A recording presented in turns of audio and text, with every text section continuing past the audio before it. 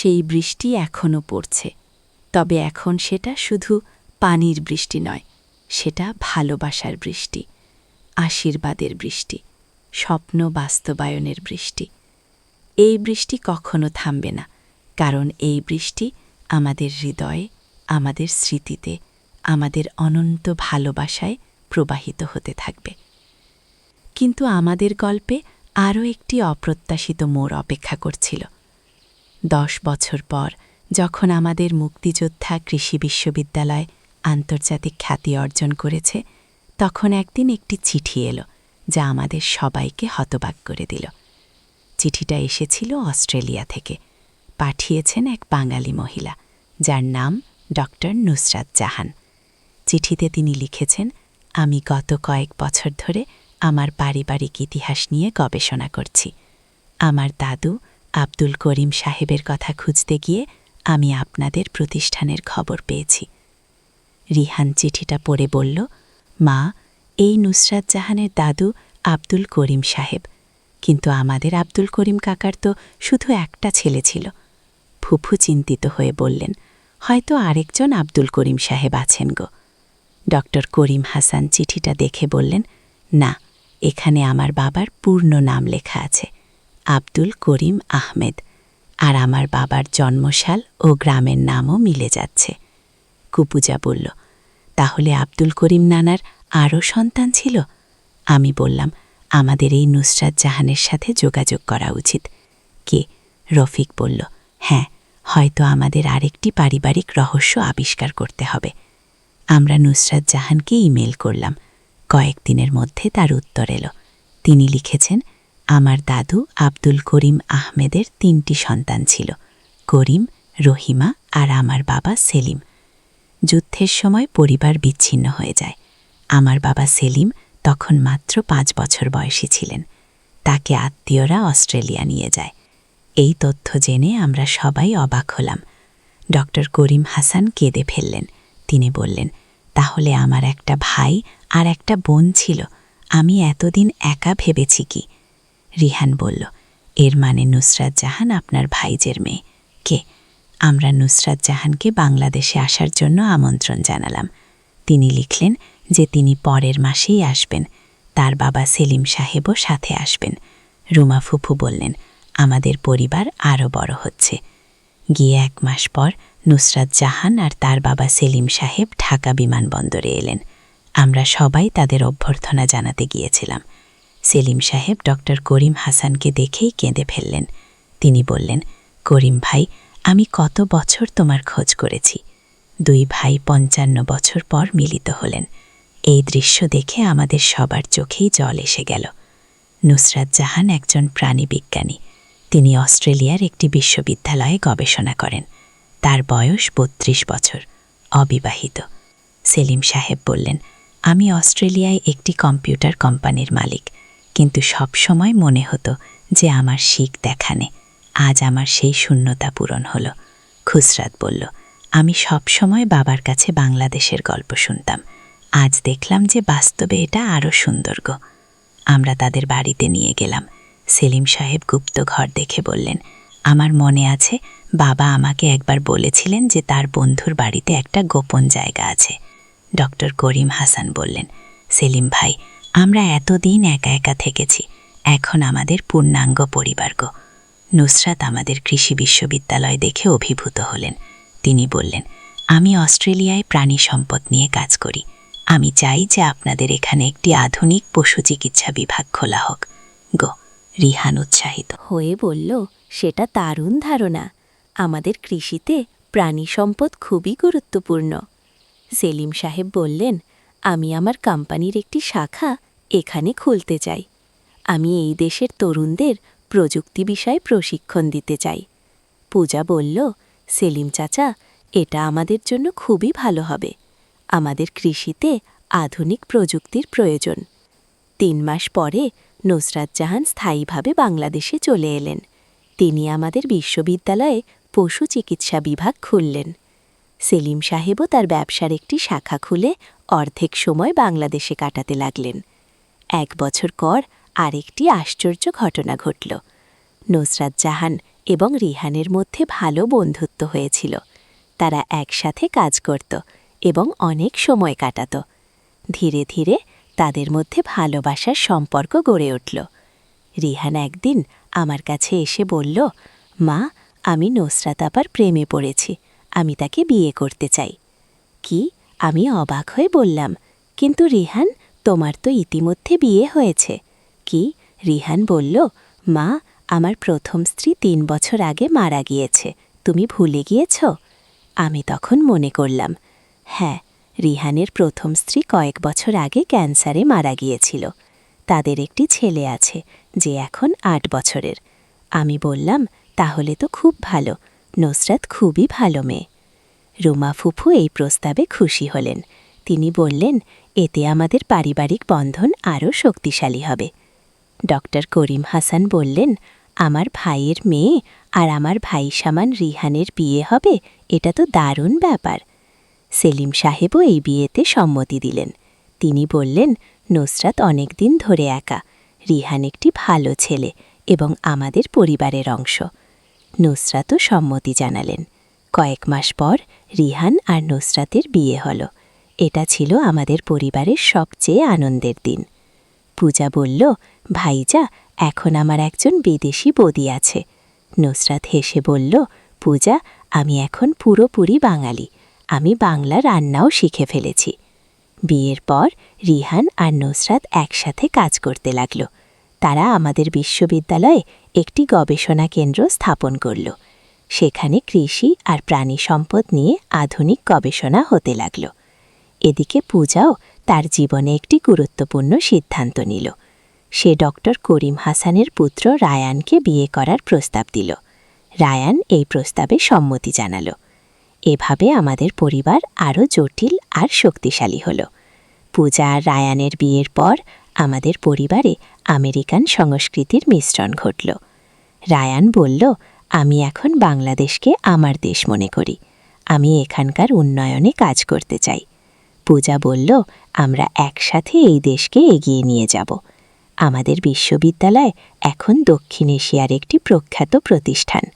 এখানে 5টি দেশের শিক্ষার্থীরা পড়াশোনা করে। রিহান এখন উপাচার্য, নুসরাত পশু চিকিৎসা অনুষ্ঠানের দিন, পূজা কৃষি গবেষণায় পিএইচডি করেছে, রায়ান তথ্যপ্রযুক্তি বিভাগের প্রধান। একদিন আমি একা বসে এই দীর্ঘযাত্রার কথা ভাবছিলাম। 20 বছর আগে একটা বৃষ্টির দিনে রিহানের একটা নিষ্পাপ কথা থেকে শুরু হয়ে আজ আমরা এখানে পৌঁছেছি। আমাদের ছোট পরিবার এখন একটা বিশাল আন্তর্জাতিক পরিবার। রুমা ফুফু এসে আমার পাশে বসলেন। তিনি এখন 65 বছরের, কিন্তু এখনও খুব সক্রিয়। তিনি বললেন, মিথিলা, আমার মনে হয় আমাদের দাদুর আত্মা এখন শান্তিতে আছে।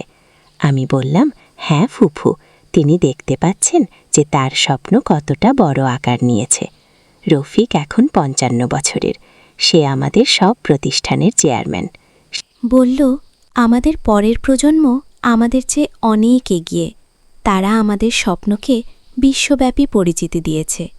ডক্টর করিম হাসান বললেন, আমার বাবা আর আপনার দাদুর বন্ধুত্ব আজ আমাদের সবাইকে একসাথে এনেছে, গিফট।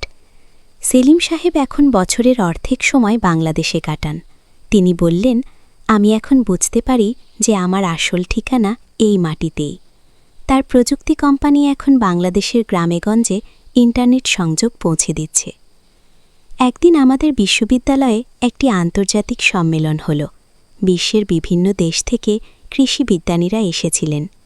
সেই সম্মেলনে আমাদের পরিবারের গল্প উপস্থাপনা করা হল।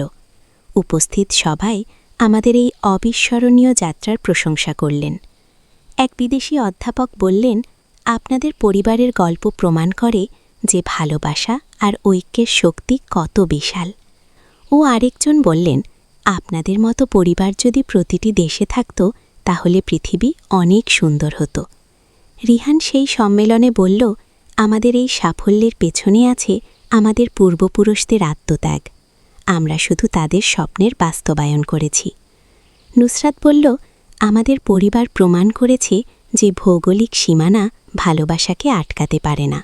আগিয়ে পূজা বলল, আমাদের পরের প্রজন্ম এই ধারা অব্যাহত রাখবে। রায়ান বলল, আমরা প্রযুক্তি ব্যবহার করে এই বার্তা পুরো বিশ্বে পৌঁছে দিতে চাই। সেদিন রাতে আমরা সবাই মিলে আমাদের পুরানো বাড়ির ছাদে বসলাম। আকাশে তারা ভরা মৃদু বাতাস বইছে। দূরে আমাদের বিশ্ববিদ্যালয়ের আলোকিত ক্যাম্পাস দেখা যাচ্ছে। রুমা ফুপু বললেন, আমাদের এই সুখের মুহূর্তটা আমি চিরকাল মনে রাখব গো।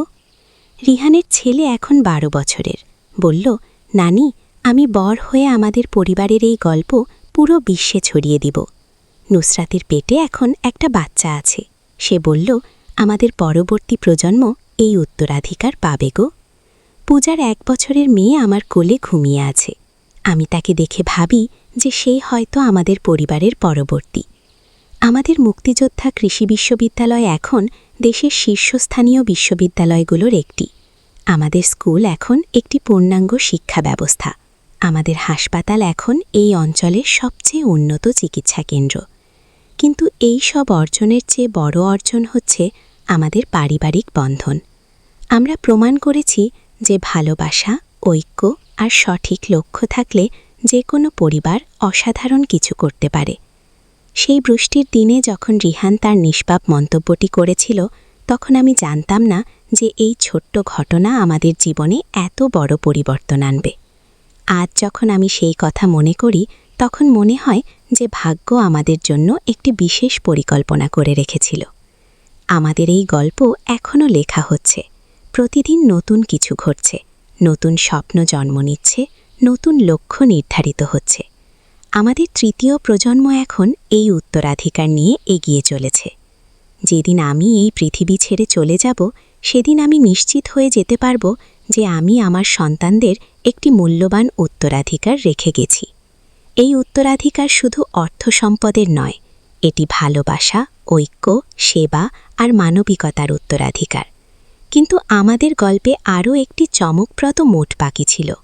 25 বছর পর যখন আমার বয়স 65, তখন একদিন আমাদের বিশ্ববিদ্যালয়ে একটি অপ্রত্যাশিত দর্শনার্থী এলেন। তিনি একজন বয়স্ক মহিলা, নাম রহিমা বেগম।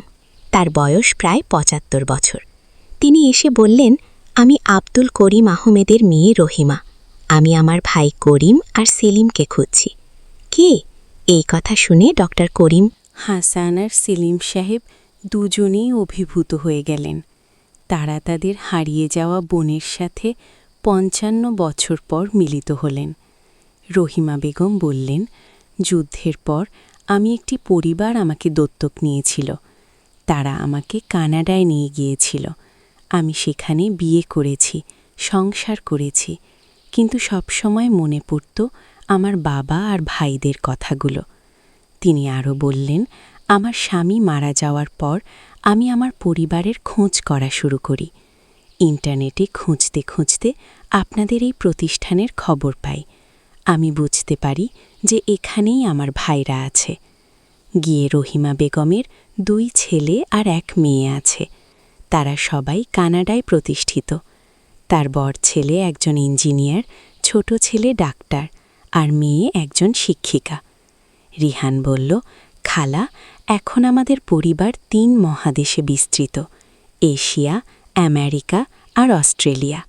এখন আবার উত্তর আমেরিকাও যুক্ত হল।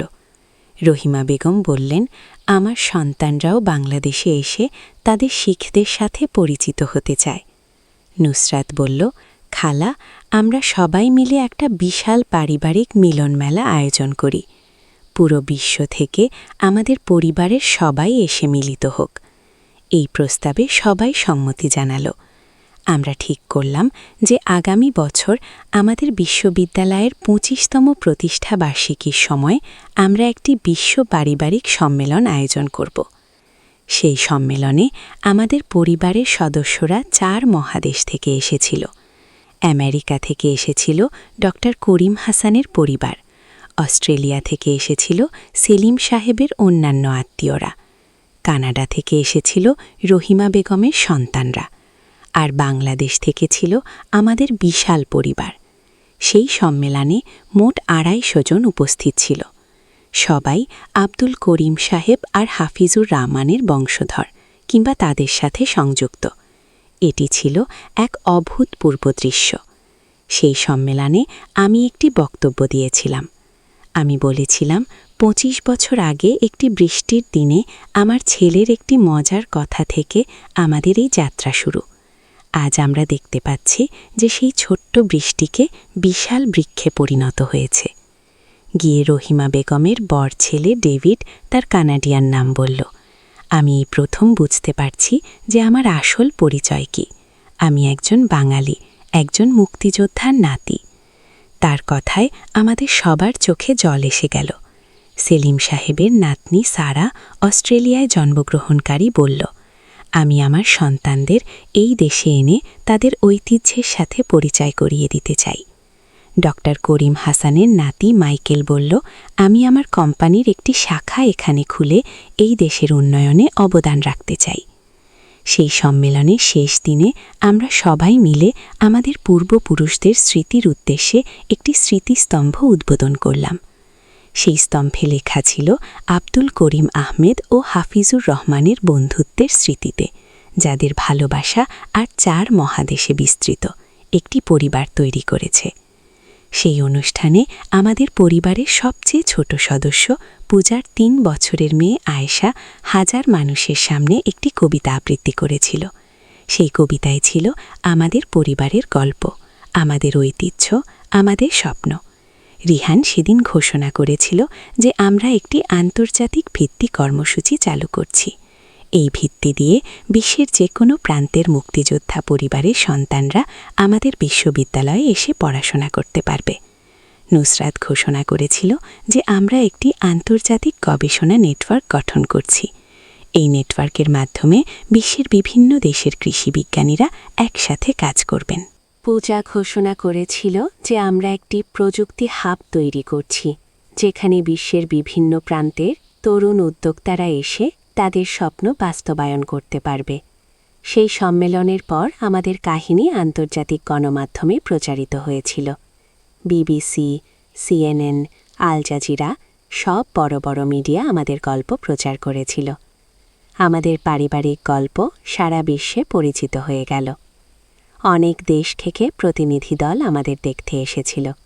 তারা জানতে চেয়েছিল কিভাবে আমরা এত বড় একটা আন্দোলন গড়ে তুলেছি। রিহান তাদের বলেছিল, আমাদের রহস্য খুবই সহজ: ভালোবাসা, ঐক্য এবং মানুষের সেবা করার ইচ্ছা কি।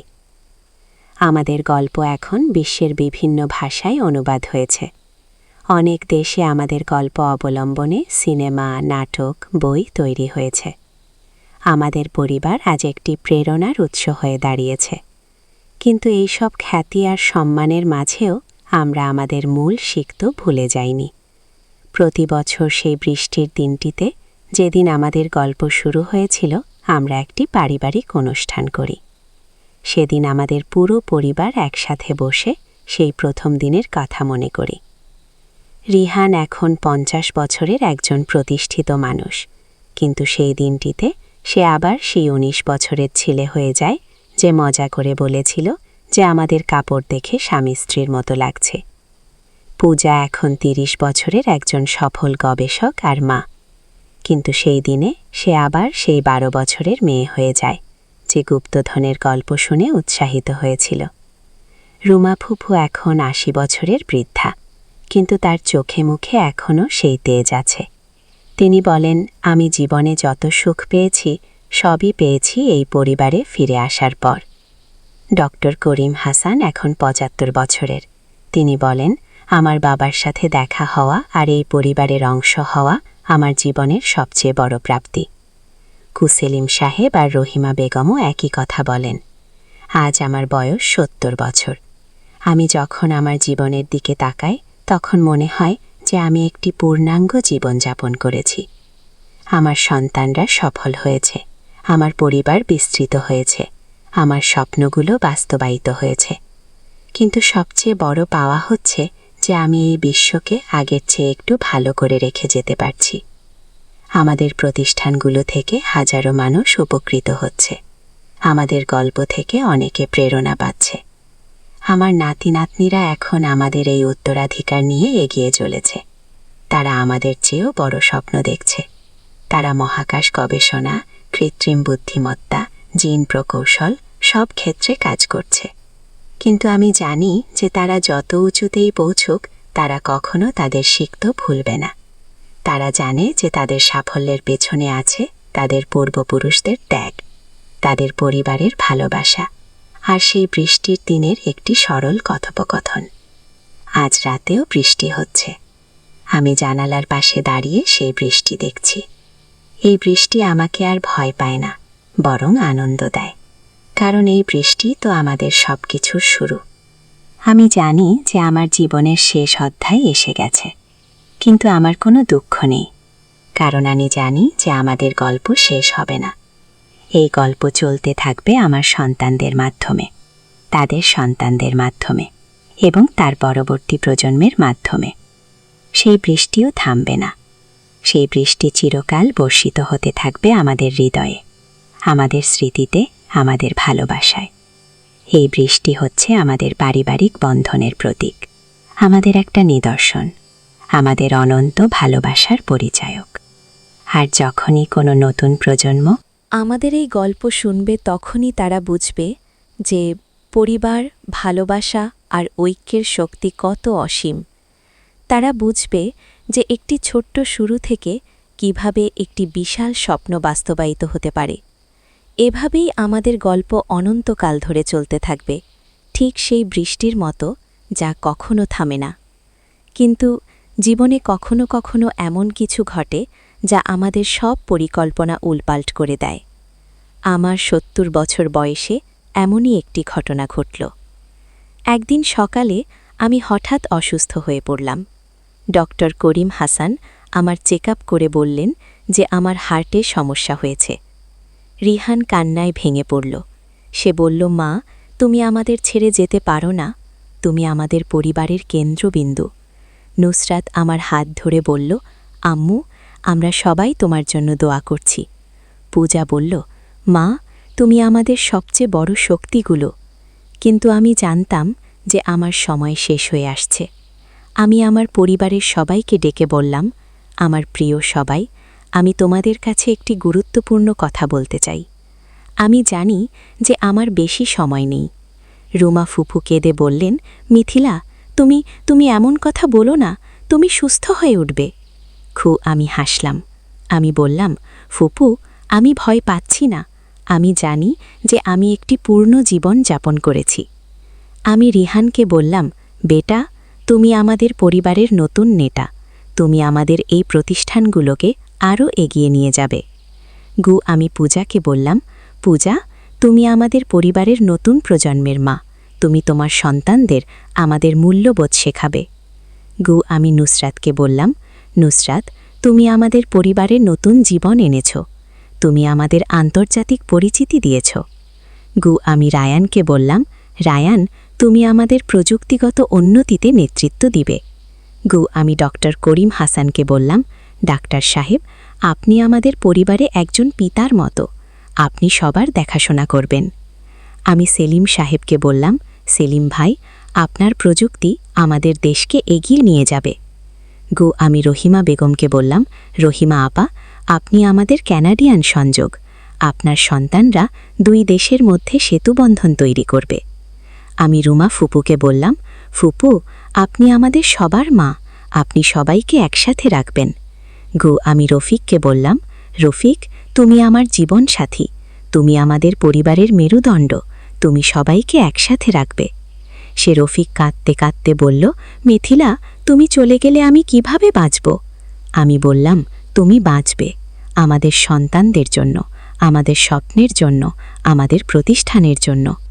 আমি সবাইকে বললাম, আমি চাই যে তোমরা আমার মৃত্যুতে দুঃখ না করে বরং আমাদের অর্জনগুলো নিয়ে গর্ব করো। আমার কথা শেষ হওয়ার কয়েক ঘন্টা পরেই আমি শেষ নিঃশ্বাস ত্যাগ করলাম। আমার চোখের সামনে ভেসে উঠল সেই বৃষ্টির দিনের স্মৃতি, যেদিন থেকে আমাদের এই অসাধারণ যাত্রা শুরু হয়েছিল।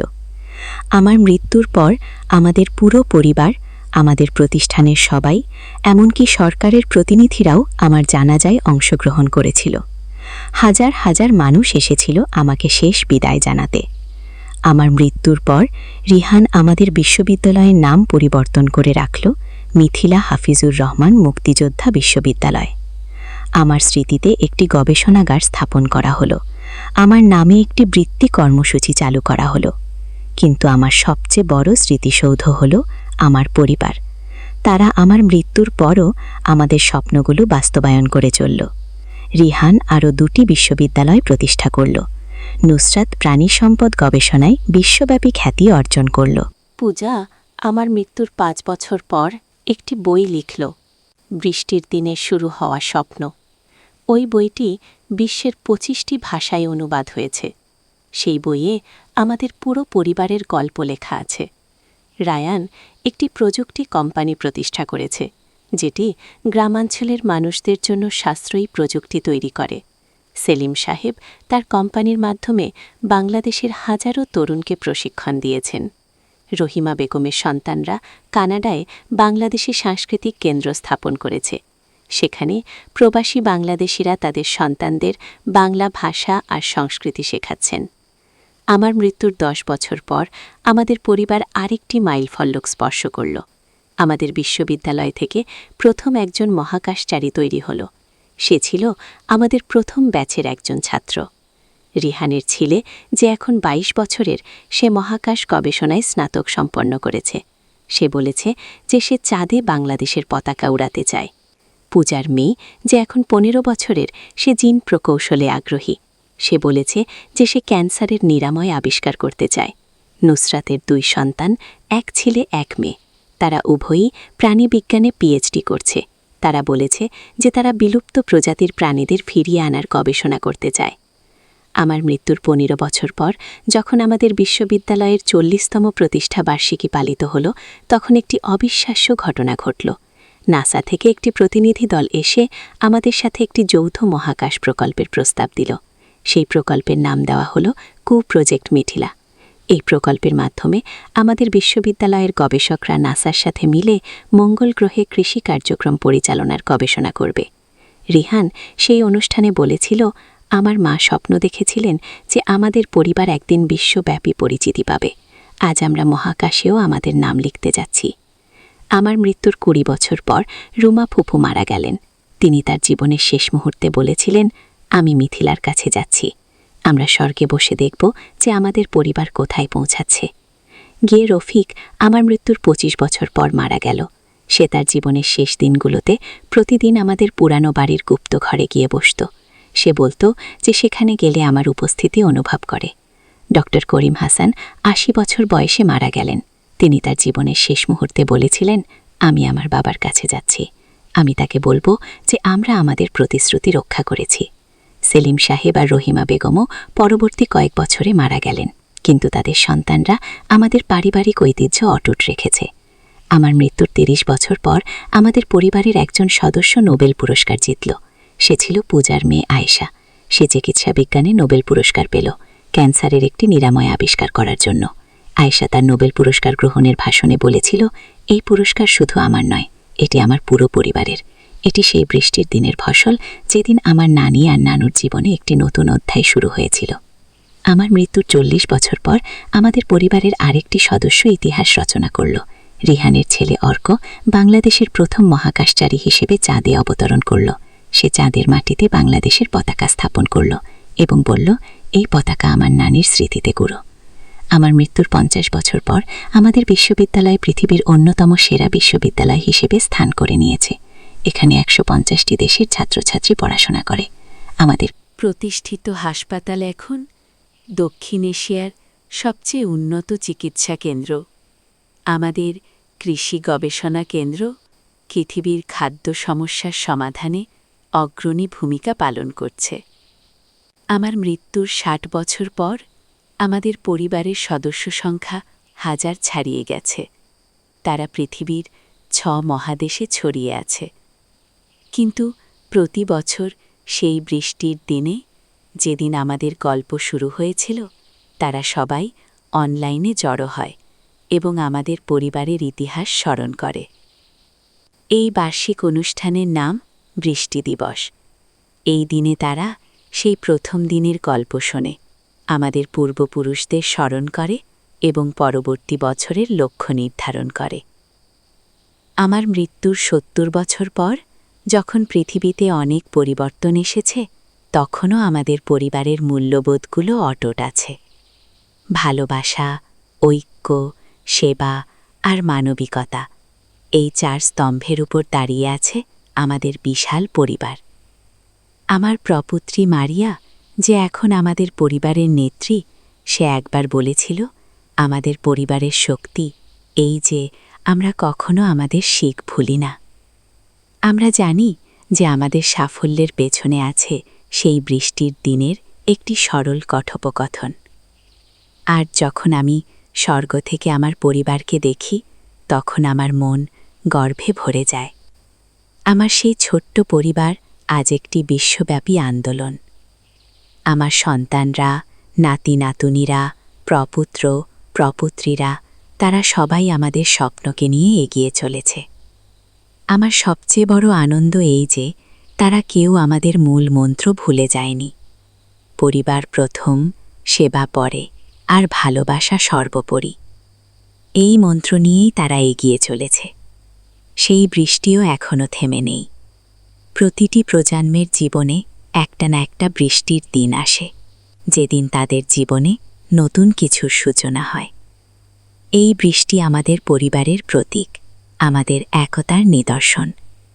আর আমি এখন আমার দাদু হাফিজুর রহমান, আব্দুল করিম সাহেব, রুমা ফুপু, রফিকদের সাথে স্বর্গে বসে আমাদের পরিবারের উন্নতি দেখছি। আমরা প্রতিদিন গর্ব করি যে আমাদের একটি ছোট্ট স্বপ্ন আজ বিশ্বজুড়ে ছড়িয়ে আছে। আর সেই গল্প যা শুরু হয়েছিল একটি বৃষ্টির দিনে, একটি সরল কথোপকথনে, আজও চলমান। সেই গল্প চলবে যতদিন পৃথিবীতে ভালোবাসা থাকবে, যতদিন পরিবার থাকবে, যতদিন মানুষের মধ্যে স্বপ্ন দেখার ক্ষমতা থাকবে। এই গল্পের কোনো শেষ নেই, কারণ ভালোবাসার কোনো শেষ নেই। এই গল্প অনন্তকাল ধরে চলতে থাকবে, নতুন নতুন অধ্যায় যোগ করে, নতুন নতুন স্বপ্ন নিয়ে, নতুন নতুন আশা নিয়ে। আর সেই বৃষ্টিও চলতে থাকবে প্রতিটি প্রজন্মের হৃদয়ে, প্রতিটি পরিবারের ভালোবাসায়। সকাল থেকে টানা বৃষ্টি হচ্ছে, কাল ধোয়া কাপড় শুকায় না। ছেলে বলল, মা, রুমে হিটার চালিয়ে কাপড় শুকায়। রুমে কাপড়ের দড়ি টাঙিয়ে সব কাপড় ছড়িয়ে দিলাম। ছেলের গেঞ্জি আর আমার ব্লাউজ পাশাপাশি ঝুলছে। সে হেসে বলল, দেখ মা, আমাদের কাপড়গুলো দেখে মনে হচ্ছে স্বামী স্ত্রীর। আমি বললাম, কি বকিস? সে আমার কাছে এসে বলল, মা, সত্যি তোর সাথে আমার সব কিছু মিলে যায়। তুই আমার স্ত্রী হয়ে যা। আমরা দুজনের কাপড় চোপড় সব একসাথে ধুবো, একসাথে শুকাবো। বৃষ্টির টাপুর টুপুর শব্দ আর ভেজা কাপড়ের গন্ধে ভরা ঘরে আমার মন কেমন যেন অস্থির হয়ে উঠল। এই গল্পটি সম্পূজা উৎসাহিত হয়ে বললেন, তাহলে আমরা সবাই মিলে এই সম্পদের মালিক?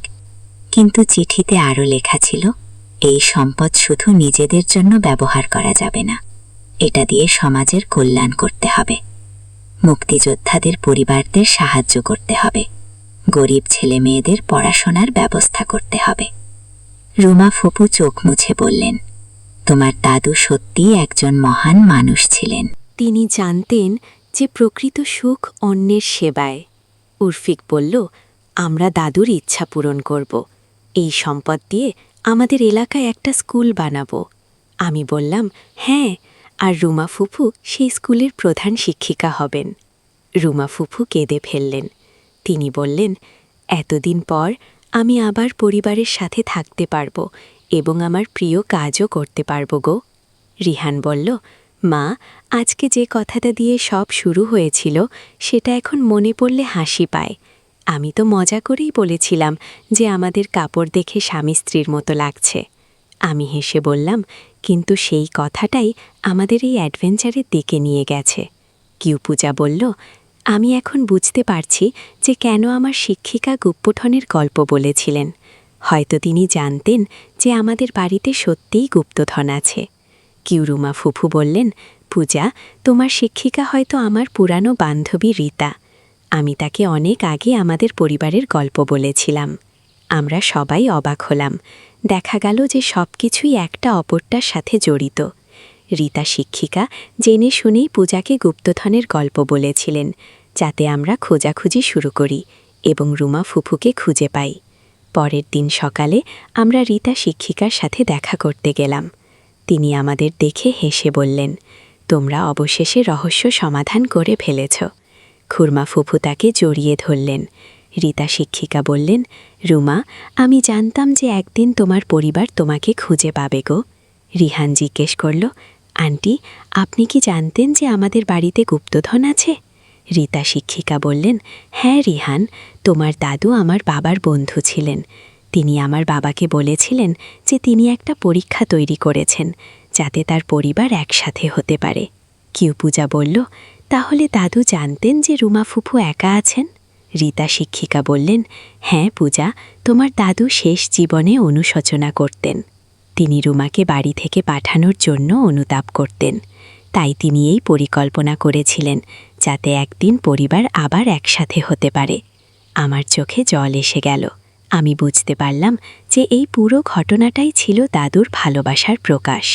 তিনি জানতেন যে মৃত্যুর পর তার পরিবার তার রেখে যাওয়া রহস্য সমাধান করতে গিয়ে একসাথে হবে। রফিক বলল, আমার বাবা সত্যিই একজন অসাধারণ মানুষ ছিলেন। তিনি তার ভুল শুধরানোর জন্য এমন একটা পরিকল্পনা করেছিলেন। রুমা ফুফু বললেন, বাবা আমাকে ক্ষমা করে দিয়েছেন, এখন আমি আবার পরিবারের সাথে আছি। সেদিন বিকেলে আমরা সবাই মিলে ঠিক করলাম যে আমরা একটা বড় স্কুল বানাবো। সেই স্কুলে গরিব ছেলেমেয়েরা বিনামূল্যে পড়াশোনা করতে পারবে। রুমা ফুফু সেখানে প্রধান শিক্ষিকার কাজ করবেন। রীতা শিক্ষিকাও আমাদের সাথে যোগ দিতে রাজি হলেন। রিহান বলল, মা, আমি কলেজের পড়াশোনা শেষ করে এই স্কুলে শিক্ষকতা করব। কিউ পূজা বলল, আমিও বড় হয়ে এখানে পড়াবো। আমি গর্ব অনুভব করলাম যে আমার সন্তানরা এত ভালো চিন্তাভাবনা রাখে। কয়েক সপ্তাহের মধ্যে আমরা জমি কিনে স্কুল নির্মাণের কাজ শুরু করে দিলাম। পুরো এলাকার লোকজন আমাদের সাহায্য করতে এগিয়ে এলো। অনেক মুক্তিযোদ্ধা পরিবারও আমাদের সাথে যোগ দিলেন। একদিন রিহান আমার কাছে এসে বলল, মা, তুমি কি জানো যে আমাদের এই অ্যাডভেঞ্চার আমার জীবনে কত বড় পরিবর্তন এনেছে? আমি এখন বুঝতে পারি যে পরিবারের মানুষদের ভালোবাসা কত গুরুত্বপূর্ণ। আমি তাকে জড়িয়ে ধরে বললাম, রিহান, আমরা সবাই এই ঘটনা থেকে অনেক কিছু শিখেছি। পূজাও আমার কাছে এসে বলল, মা, আমি আর কখনো রুমা ফুফুকে একা থাকতে দেব না। তিনি এখন আমার প্রিয় মানুষদের একজন। আমি পূজার মাথায় হাত বুলিয়ে দিলাম। তার এই কথায় আমার মন ভরে গেল। রুমা ফুপু প্রতিদিন আমাদের সাথে খাবার খেতেন। তিনি বলতেন, এত বছর পর আমি আবার পারিবারিক খাবারের স্বাদ পাচ্ছি। রফিক বলল, রুমা, তুমি আর কখনো একা থাকবে না, এই বাড়ি তোমারও। স্কুল নির্মাণের কাজ চলাকালীন একদিন একটা অদ্ভুত ঘটনা ঘটল। ক্ষণসময় মাটির নিচ ক্যাকে আরও একটা বাক্স পাওয়া গেল। সেই বাক্সে ছিল আরও অনেক পুরানো দলিলপত্র আর ছবি। রিহান বলল, মনে হচ্ছে দাদুর আরও অনেক গোপন রহস্য আছে গিফট। বাক্সের ভেতর একটা চিঠি ছিল, যাতে লেখা, যদি তোমরা এই চিঠি পড়ে থাকো তাহলে বুঝতে হবে যে তোমরা সত্যিই আমার যোগ্য উত্তরাধিকারী। এই জমিতে এক সময় আমাদের পূর্বপুরুষদের একটা বড় বাগান ছিল। সেই বাগানে তারা গোপনে মুক্তিযোদ্ধাদের আশ্রয় দিতেন। পূজা উৎসাহিত হয়ে বলল, তাহলে আমাদের স্কুলের জায়গাটাও ঐতিহাসিক। রুমা ফুপু বললেন, আমার মনে আছে বাবা বলতেন যে এই জমিতে অনেক ত্যাগী মানুষের স্মৃতি আছে। রফিক বলল, তাহলে আমরা এখানে একটা স্মৃতিস্তম্ভ তৈরি করব গো। আমি বললাম, আমাদের স্কুলের নাম হবে মুক্তিযোদ্ধা স্মৃতি বিদ্যালয়। সবাই এই প্রস্তাবে সম্মতি জানাল।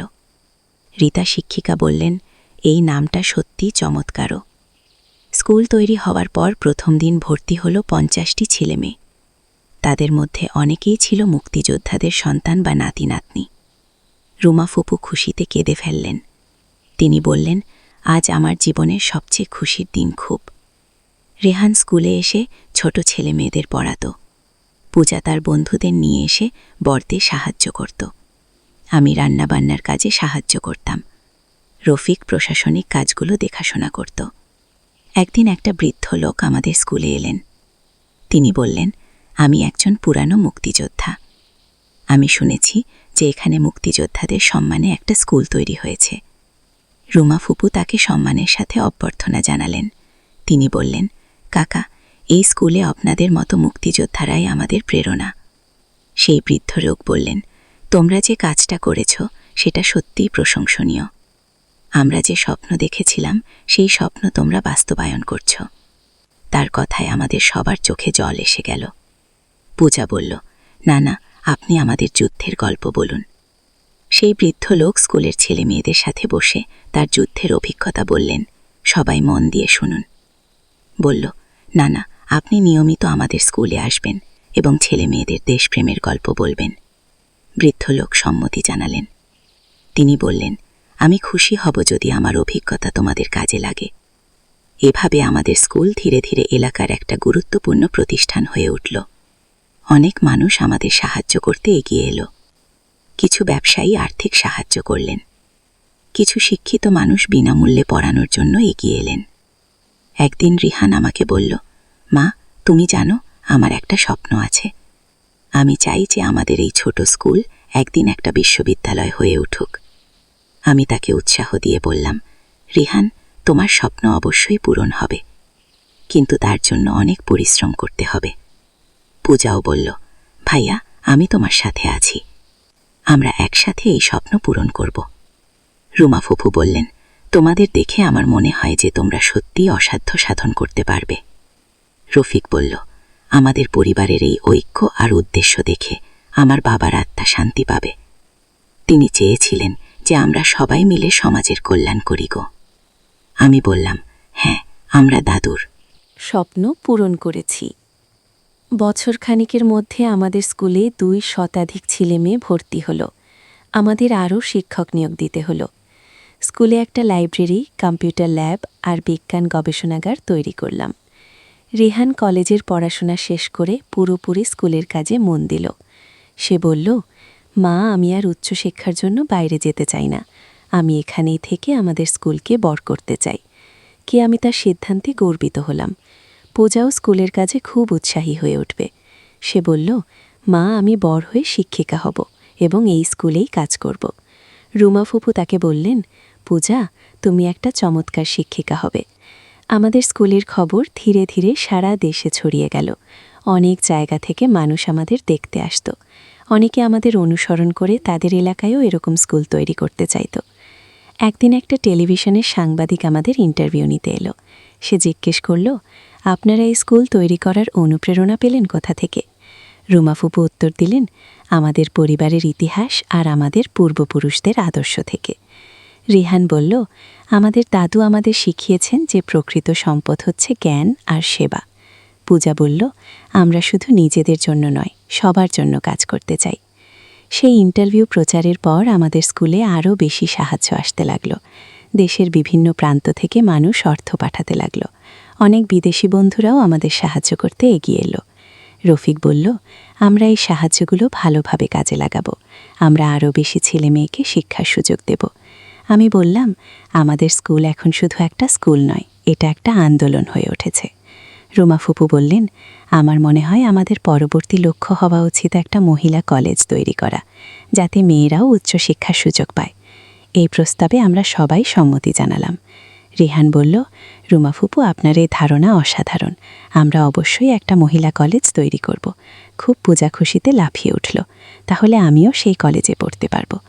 এভাবে আমাদের সেই বৃষ্টির দিনের অদ্ভুত কথোপকথন থেকে শুরু হওয়া ঘটনা একটা বিশাল সামাজিক আন্দোলনে পরিণত হলো। আমরা শুধু একটা গুপ্তধন আবিষ্কার করিনি, আমরা আবিষ্কার করেছি পারিবারিক ঐক্যের শক্তি, ভালোবাসার মহত্ব আর সেবার আনন্দ। আজ যখন আমি পেছনের দিকে তাকাই, তখন মনে হয় যে সেই বৃষ্টির দিনের রিহানের সেই কথাগুলো আসলে ভাগ্যের ইশারা ছিল। আমরা একটা পরিবার হিসেবে আরও শক্তিশালী হয়েছি। আমাদের মধ্যে ভালোবাসা আর বোঝাপড়া বেড়েছে। রুমা ফুপু এখন আর একা নেই, তিনি আমাদের পরিবারের একজন গুরুত্বপূর্ণ সদস্য। রিহান আর পূজা তাদের দাদুর আদর্শ অনুসরণ করে সমাজসেবায় নিজেদের নিয়োজিত করেছে। আর আমি এখন একজন গর্বিত মা। আমার সন্তানরা শুধু ভালো মানুষ হয়ে ওঠেনি, তারা হয়ে উঠেছে সমাজের কল্যাণে নিয়োজিত মানুষ। আমাদের পরিবার এখন শুধু 4 দেয়ালের মধ্যে সীমাবদ্ধ নয়, আমাদের পরিবার বিস্তৃত হয়েছে পুরো সমাজ জুড়ে। যেই বৃষ্টির দিন থেকে এই গল্প শুরু, সেই বৃষ্টি এখন আর থেমে নেই। সেই বৃষ্টি এখন আশীর্বাদের বৃষ্টি হয়ে আমাদের জীবনে বর্ষিত হচ্ছে প্রতিদিন। কিন্তু আমাদের গল্প এখানেই শেষ নয়। 2 বছর পর আরেকটি অদ্ভুত ঘটনা ঘটল। একদিন রিহান উৎসাহিত হয়ে আমার কাছে এলো। সে বলল, মা, আজ একটা অদ্ভুত চিঠি এসেছে। চিঠিটা আমাদের স্কুলের নামে এসেছে, কিন্তু পাঠানো হয়েছে আমেরিকা থেকে। আমি অবাক হয়ে বললাম, আমেরিকা থেকে কি পাঠিয়েছে? রিহান বলল, চিঠিতে লেখা আছে যে একজন প্রবাসী বাংলাদেশি আমাদের স্কুলের। খবর শুনেছেন? তিনি আমাদের সাথে দেখা করতে চান। উরুমা ফুফু এসে বললেন, চিঠিটা পড়ে শোনাও। তবু চিঠিটা পড়তে শুরু করল।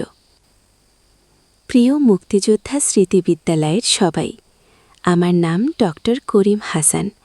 আমি গত ৪৫ বছর ধরে আমেরিকায় থাকি। আমি একজন হৃদরোগ বিশেষজ্ঞ। আপনাদের স্কুলের খবর আমি ইন্টারনেটে দেখেছি। আমার মনে হয়েছে যে আপনাদের সাথে আমার একটা গুরুত্বপূর্ণ সম্পর্ক আছে। কি? পূজা কৌতূহলী হয়ে বলল, কি ধরনের সম্পর্ক? রিহান চিঠি পড়া চালিয়ে গেল। আমি আগামী মাসে বাংলাদেশে আসছি। আমি আপনাদের সাথে দেখা করতে চাই। আমার কাছে এমন কিছু তথ্য আছে যা আপনাদের পরিবারের ইতিহাসের সাথে জড়িত। আমি বিশ্বাস করি যে এই তথ্যগুলো আপনাদের জানা উচিত। রফিক বলল, এই ডক্টর করিম হাসান কে হতে পারে? আমি তো এই নামের কাউকে চিনি না। গিয়ে আমি বললাম, হয়তো তিনি আমাদের পূর্বপুরুষদের কোনো বন্ধু বা আত্মীয়। রুমা কিছু চিন্তিত হয়ে বললেন, আমার মনে হচ্ছে আমরা আরেকটা রহস্যের মুখোমুখি হতে যাচ্ছি। 1 সপ্তাহ পর ডক্টর করিম হাসান আমাদের স্কুলে এলেন। তিনি একজন ভদ্র শান্ত মানুষ। তার বয়স প্রায় 70 বছর হবে। তিনি আমাদের দেখে কেঁদে ফেললেন। রুমা ফুফু তাকে জিজ্ঞেস করলেন, ডক্টর সাহেব, আপনি কাঁদছেন কেন? ডক্টর করিম হাসান বললেন, আমি ৪৫ বছর ধরে আমার হারানো পরিবারকে খুঁজে বেরিয়েছি। আজ আমার মনে হচ্ছে যে আমি তাদের খুঁজে পেয়েছি। রিহান অবাক হয়ে বলল, আপনার হারানো পরিবার? কি বলছেন আপনি? ডক্টর করিম হাসান তার ব্যাগ থেকে একটা পুরানো ফটো বের করলেন। সেই ছবিতে একটা পরিবার দাঁড়িয়ে আছে। তিনি বললেন, এই ছবিতে আমার বাবা, মা আর আমি আছি।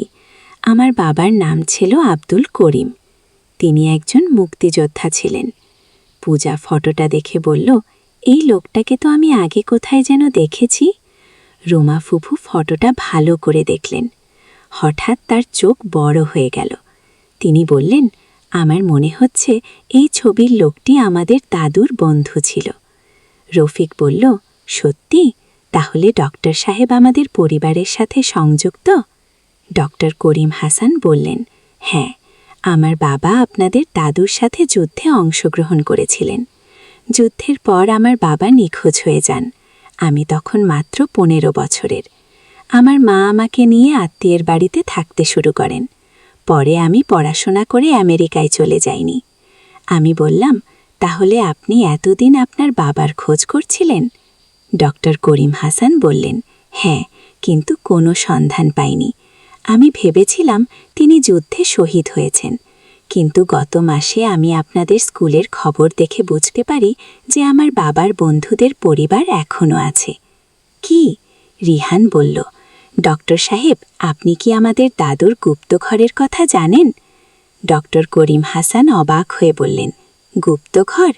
আমার বাবা বলতেন যে আপনাদের দাদু একটা গোপন জায়গা তৈরি করেছেন, কিন্তু সেটা কী ধরনের জায়গা আমি জানি না। রুমা ফুফু বললেন, ডক্টর সাহেব, আপনি আমাদের সাথে বাড়িতে চলুন, আমরা আপনাকে সব কিছু দেখাব। ডক্টর করিম হাসান সম্মতি জানালেন। তিনি বললেন, আমি এত বছর পর আমার বাবার বন্ধুদের বাড়িতে যেতে পারবো। এটা আমার জন্য একটা স্বপ্নের মতো।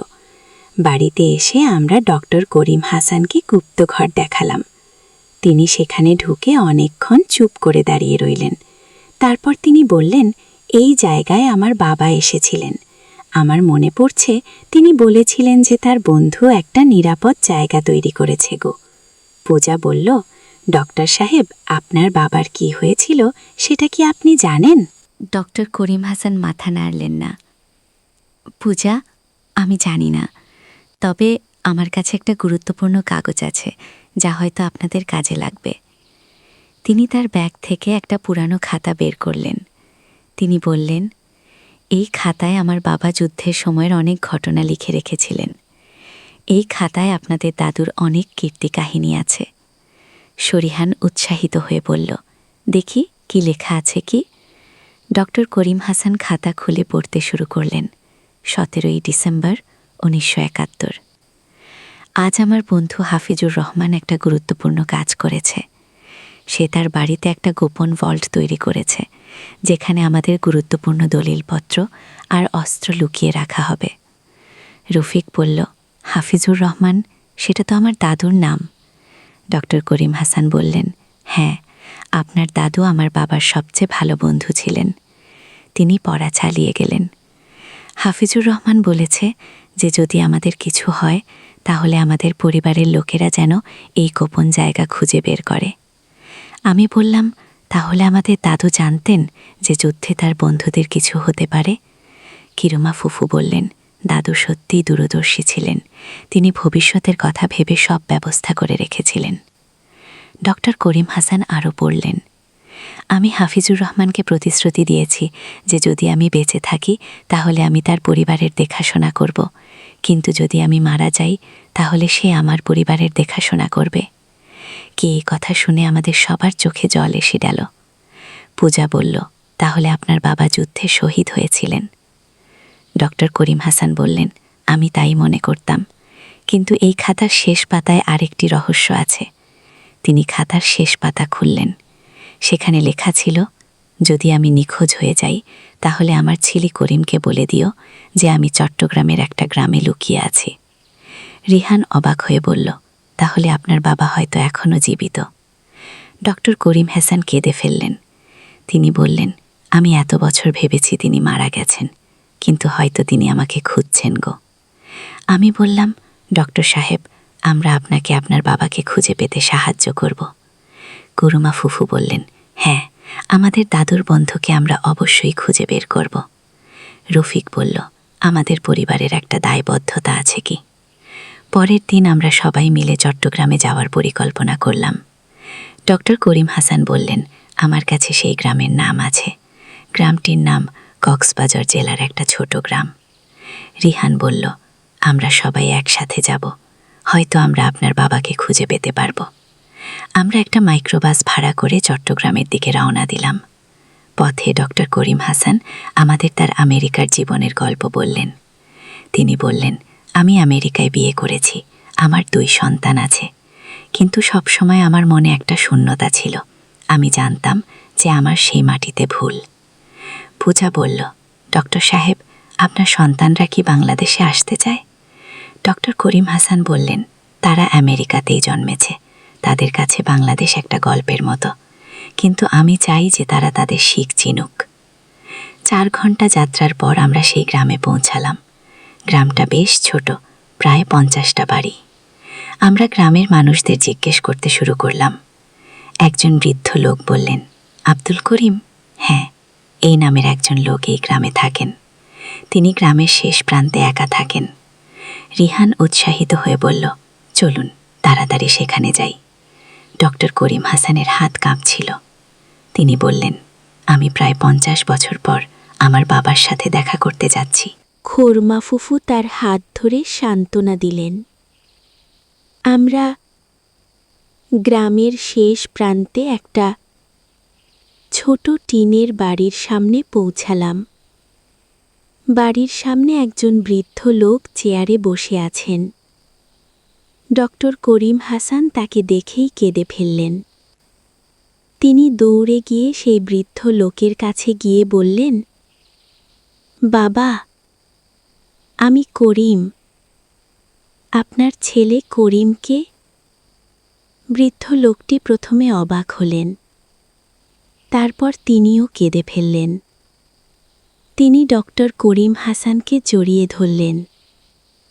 তিনি বললেন, করিম, আমার ছেলে, তুমি এতদিন কোথায় ছিলে? আমি তোমার জন্য প্রতিদিন অপেক্ষা করেছি। এই দৃশ্য দেখে আমাদের সবার চোখে জল এসে গেল। আব্দুল করিম সাহেব আমাদের সবাইকে তার বাড়িতে নিয়ে গেলেন। তিনি বললেন, করিম, তুমি কি জানো যে আমি প্রতিদিন এই গ্রামের রাস্তায় দাঁড়িয়ে তোমার জন্য অপেক্ষা করতাম? ডক্টর করিম হাসান বললেন, বাবা, আমি ভেবেছিলাম আপনি যুদ্ধে মারা গিয়েছিলেন। আমি আমেরিকা চলে গিয়েছিলাম। আব্দুল করিম সাহেব আমাদের দেখে বললেন, তোমরা কারা? রুমা ফুফু বললেন, আমরা হাফিজুর রহমানের পরিবার। ও! আব্দুল করিম সাহেব অবাক হয়ে বললেন, হাফিজুর রহমান আমার সবচেয়ে ভালো বন্ধু। সে কেমন আছে? রফিক মাথা নিচু করে বলল, তিনি আর নেই কাকা, তবে আমরা তার পরিবার। আব্দুল করিম সাহেব দুঃখ পেলেন। তিনি বললেন, হাফিজুর রহমান ছিল আমার ভাই সমান। আমি যুদ্ধের পর তাকে খুঁজে পাইনি। তো আমি বললাম, কাকা, আপনি যুদ্ধের পর কোথায় ছিলেন? কেন আপনি বাড়ি ফিরে যাননি? আব্দুল করিম সাহেব বললেন, যুদ্ধের পর আমি গুরুতর আহত হয়েছিলাম। একদল মানুষ আমাকে এই গ্রামে নিয়ে এসে চিকিৎসা করেছিল। যখন আমি সুস্থ হলাম তখন আমার স্মৃতিশক্তি অনেকটা চলে গিয়েছিল। আমি আমার পরিবারের ঠিকানা ভুলে গিয়েছিলাম। শুধু মনে ছিল যে আমার একটা ছেলে আছে, তার নাম করিম। পূজা বলল, তাহলে আপনি এত বছর এই গ্রামেই ছিলেন? আব্দুল করিম সাহেব বললেন, হ্যাঁ, এই গ্রামের মানুষরা আমার দেখাশোনা করেছে। তারা আমাকে পরিবারের সদস্যের মতো ভালোবেসেছে। কিন্তু আমি সব সময় আমার ছেলের জন্য কাঁদতাম। রিহান বলল, এখন তো আপনি আপনার ছেলেকে পেয়ে গেছেন। ডক্টর করিম হাসান তার বাবাকে বললেন, বাবা, আমি আপনাকে আমেরিকায় নিয়ে যেতে চাই। কিন্তু আব্দুল করিম সাহেব বললেন, করিম, আমি এই মাটিতেই থাকতে চাই। এখানেই আমার শেষ নিঃশ্বাস নিতে চাই। আমরা কয়েকদিন সেই গ্রামে থাকলাম। ডক্টর করিম হাসান তার বাবার সাথে অনেক কথা বললেন। আব্দুল করিম সাহেব আমাদের যুদ্ধের অনেক গল্প বললেন। তিনি বললেন, হাফিজুর রহমান ছিল একজন সাহসী যোদ্ধা। তার মতো দেশপ্রেমিক আমি খুব কম দেখেছি। গিরুমা ফুফু বললেন, কাকা, আপনি আমাদের সাথে আমাদের বাড়িতে চলুন। সেখানে দাদুর স্মৃতি রক্ষিত আছে। আব্দুল করিম সাহেব রাজি হলেন। তিনি বললেন, আমি একবার হাফিজুর রহমানের বাড়ি দেখতে চাই। আমরা আব্দুল করিম সাহেবকে নিয়ে আমাদের বাড়িতে ফিরে এলাম। তিনি আমাদের বাড়ি দেখে অনেক আবেগপ্রবণ হয়ে পড়লেন। তিনি বললেন, এই বাড়িতে আমি অনেকবার এসেছি। হাফিজুর রহমানের সাথে এখানে অনেক পরিকল্পনা করেছি। আমরা তাকে গুপ্ত ঘর দেখালাম। তিনি সেখানে গিয়ে বললেন, এই ঘরে আমি অনেক গুরুত্বপূর্ণ দলিল লুকিয়ে রেখেছিলাম। রিহান বলল, কোন দলিল? আব্দুল করিম সাহেব বললেন, যুদ্ধের সময় আমাদের কাছে অনেক গুরুত্বপূর্ণ তথ্য ছিল। সেগুলো আমি এই ঘরেই লুকিয়ে রেখেছিলাম। তিনি গুপ্ত ঘরের একটা দেয়ালে হাত রাখলে হঠাৎ করে আর একটা গোপন অংশ খুলে গেল। আমরা সবাই অবাক হয়ে গেলাম। সেখানে আরও অনেক কাগজপত্র আর ফটো ছিল। পূজা বলল, এই বাড়িতে আরও কত গোপন জায়গা আছে। আব্দুল করিম সাহিব সেই কাগজপত্র দেখে বললেন, এগুলো সব মুক্তিযুদ্ধের গুরুত্বপূর্ণ দলিল। এগুলো জাতীয় আর্কাইভে জমা দেওয়া উচিত। কে রফিক বলল, কাকা, আমরা এগুলো সরকারের কাছে পৌঁছে দেব। ডক্টর করিম হাসান বললেন, বাবা, আমি বুঝতে পারছি যে আপনারা দুজনেই দেশের জন্য অনেক ত্যাগ স্বীকার করেছেন। ও আব্দুল করিম সাহেব বললেন, করিম, আমাদের প্রজন্ম দেশের স্বাধীনতার জন্য সবকিছু দিয়েছে। এখন তোমাদের প্রজন্মের দায়িত্ব হচ্ছে সেই স্বাধীনতাকে রক্ষা করা। আমি বললাম, কাকা, আমরা আপনার আর দাদুর আদর্শ অনুসরণ করে একটা স্কুল তৈরি করেছি। ও আব্দুল করিম সাহেব খুশি হয়ে বললেন, সেটা খুবই ভালো কাজ। শিক্ষাই পারে একটা জাতিকে এগিয়ে নিয়ে যেতে। খুমা ফুকু বললেন, কাকা, আপনিও আমাদের স্কুলে এসে বাচ্চাদের যুদ্ধের গল্প বলুন। আব্দুল করিম সাহেব সম্মতি জানালেন। তিনি বললেন, আমি আমার বাকি জীবনটা এই কাজেই কাটাতে চাই। পূজা বলল, তাহলে আপনি আমাদের সাথেই থাকুন। ডক্টর করিম হাসান বললেন, বাবা, আমিও এখানেই থাকব। আমি আমেরিকা ফিরে গিয়ে সব গুছিয়ে এসে এখানেই বসবাস করব। উৎসাহিত হয়ে বলল, তাহলে আমাদের পরিবার আরও বড় হল। আমি বললাম, হ্যাঁ, এখন আমরা একটা বিশাল পরিবার। রফিক বলল, আমার মনে হচ্ছে দাদুর আত্মা খুশি হয়েছে। তিনি চেয়েছিলেন যে আমরা তার বন্ধুর পরিবারের দেখাশোনা করি। কয়েক মাস পর ডক্টর করিম হাসান আমেরিকা থেকে ফিরে এলেন। তিনি তার পরিবারকে নিয়ে এসেছিলেন। তার স্ত্রী আর 2 সন্তান প্রথমে বাংলাদেশের পরিবেশে খাপ খাইয়ে নিতে পারছিল না, কিন্তু আমাদের ভালোবাসা আর যত্নে তারা ধীরে ধীরে অভ্যস্ত হয়ে গেল।